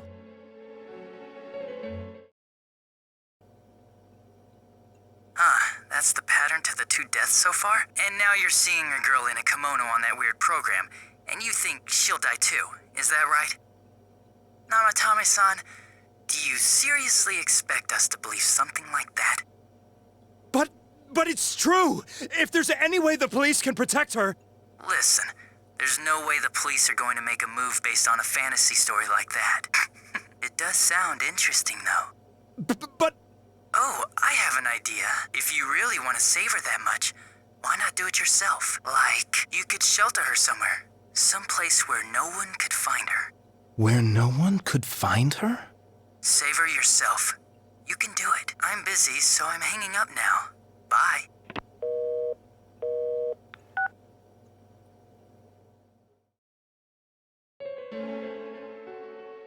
Isn't that amazing? Of all the people who could have received Namatame's call, it ended up being me. Talk about luck! All I did was give him a little push, and he completely bought into his vision of this world. The more people you guys saved, the more he'd kidnap. Both sides had the best of intentions, so the game of cat and mouse would never end. It was awesome. You gotta be shitting me! Why? What reasons could you have for doing that? Reasons? None, really. I could do it, that's all. And it was fun. I guess that's my reason? You murdered people just for the fun of it? Come on, all I did was put people in here. I didn't murder them. And Namatame did most of it. I had nothing to do with any of you. You're just dodging the blame! Yeah? Then how would you prove it? He put people inside TVs? You think the police are that stupid? What a jerkwad! I do admit, though, I never thought you guys would manage to track me down. I like that. Games like this gotta have surprises or they get boring fast. It's like when I dealt with that Kubo kid. That was fun, too. Then, you mean to say that Mitsuo Kubo's disappearance was your doing as well? I did sense something odd in his course of action. If he had special powers and wanted attention, why resort to a regular copycat crime? But that wasn't the case. Kubo had no such powers. In fact, he was thrown in by you. Am I correct? It had been a while since I last put someone inside the TV, so I really got a kick out of that one. Why did you do that? And how come Mitsuo didn't say anything about you? You think that didn't occur to me before I did it? Come on, I'm a detective. I let him through to a room at the station with a TV, switched off the lights, and did it quick while he was still startled. As long as he didn't see me push him in and no one else did either, no one would believe him, even if he survived. Of course, I don't think the Kubo kid ever figured out what happened. Wait, the police station? Yeah, he turned himself in pretty quick, actually. This was back when we didn't even know enough to issue a search warrant. But the other officers decided it was just a prank, so they pawned him off on me. I didn't blame them. I mean, a kid coming and saying, "I did it all, it was me." Who'd believe him? But it looked bad. I didn't think anyone would come forward and take the blame for all the incidents. The police were desperate to pin it on anyone. If this kid really did it, they might have announced the case was closed. And if that happened, Namatame would stop saving people. I couldn't let that happen, or the game would be over. That's why I told the others I sent him home. I came up with the idea to put him inside the TV on the spot. The game would be over? You threw him in just so your fun wouldn't end? You gotta have some excitement in life, don't you agree? But then you guys put your foot in it yet again and ruined my fun. Thanks to you, Kubo was arrested again, and everyone acted like he was the true culprit behind it all. Couldn't they see how badly he copied the crime scene? It worked out in the end, though, because good old Namatame kept saving people. I guess the guy started to develop some kind of messiah complex, huh? What an idiot. This is all a game to you. How dare you murder people? Murder Saki-senpai for such a stupid reason! You bastard! I'll never forgive you! You can keep your forgiveness. Our world will probably become just like this place soon enough anyways. Didn't you notice? The fog's leaking out. Everything on that side's pretty much screwed. The two worlds will merge soon, and then there'll be no difference, no sides anymore. What the hell's he talking about? This isn't his real body. The real Adachi is somewhere else. But this guy feels different from an ordinary shadow. It doesn't seem like he's going berserk. Wow, you can tell that much? This me is just around to greet you guys, and thank you for wasting your time by chasing me in here. I'd say this world has taken a real shine to me. I feel like it's giving me everything I've ever wanted. And the monsters don't attack me at all. Maybe they can tell we have the same goal. The Shadow's goal? By the end of the year, Inaba will disappear completely into the fog. Soon, this place will be reality. I'll be in this world, so if you want me, come and get me. This world has a mind of its own. We'll see which of us it favors. Keep your bullshit to yourself. It's about time you shut the hell up. We'll finish this right now! What a chump! Didn't I just tell you the real me is somewhere else? I'll be expecting you all. We'll put an end to this. Get back here, you!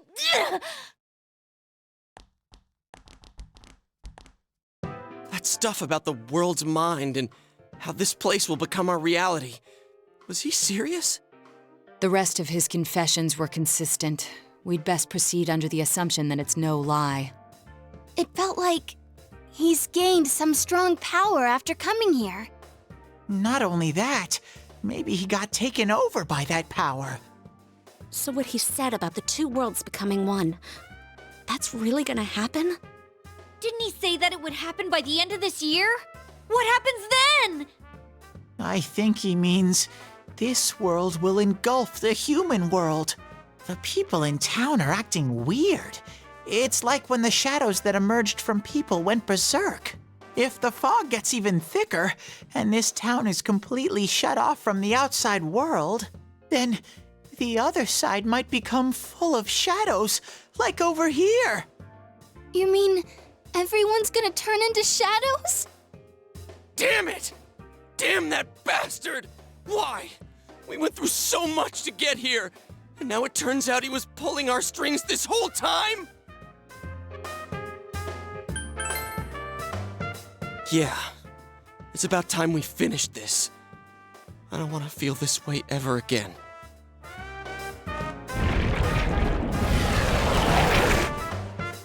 There's a path we can take now. I sense Adachi's presence from that direction. He's taunting us. Bring it on! Let's go kick his ass right now! Wait.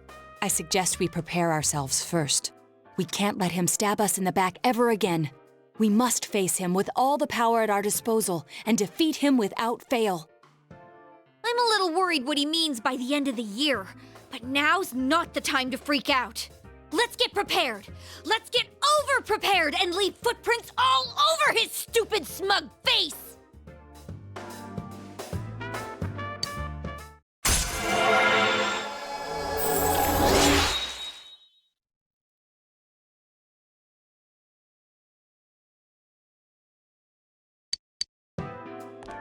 Senpai, please don't go on alone. I understand that it must hurt, since you seem to have a personal relationship with him. Maybe that's why. I feel a presence kind of like yours up ahead. He might be calling to you. Wait, never mind. Forget I said that. We're all going together, okay? Promise us.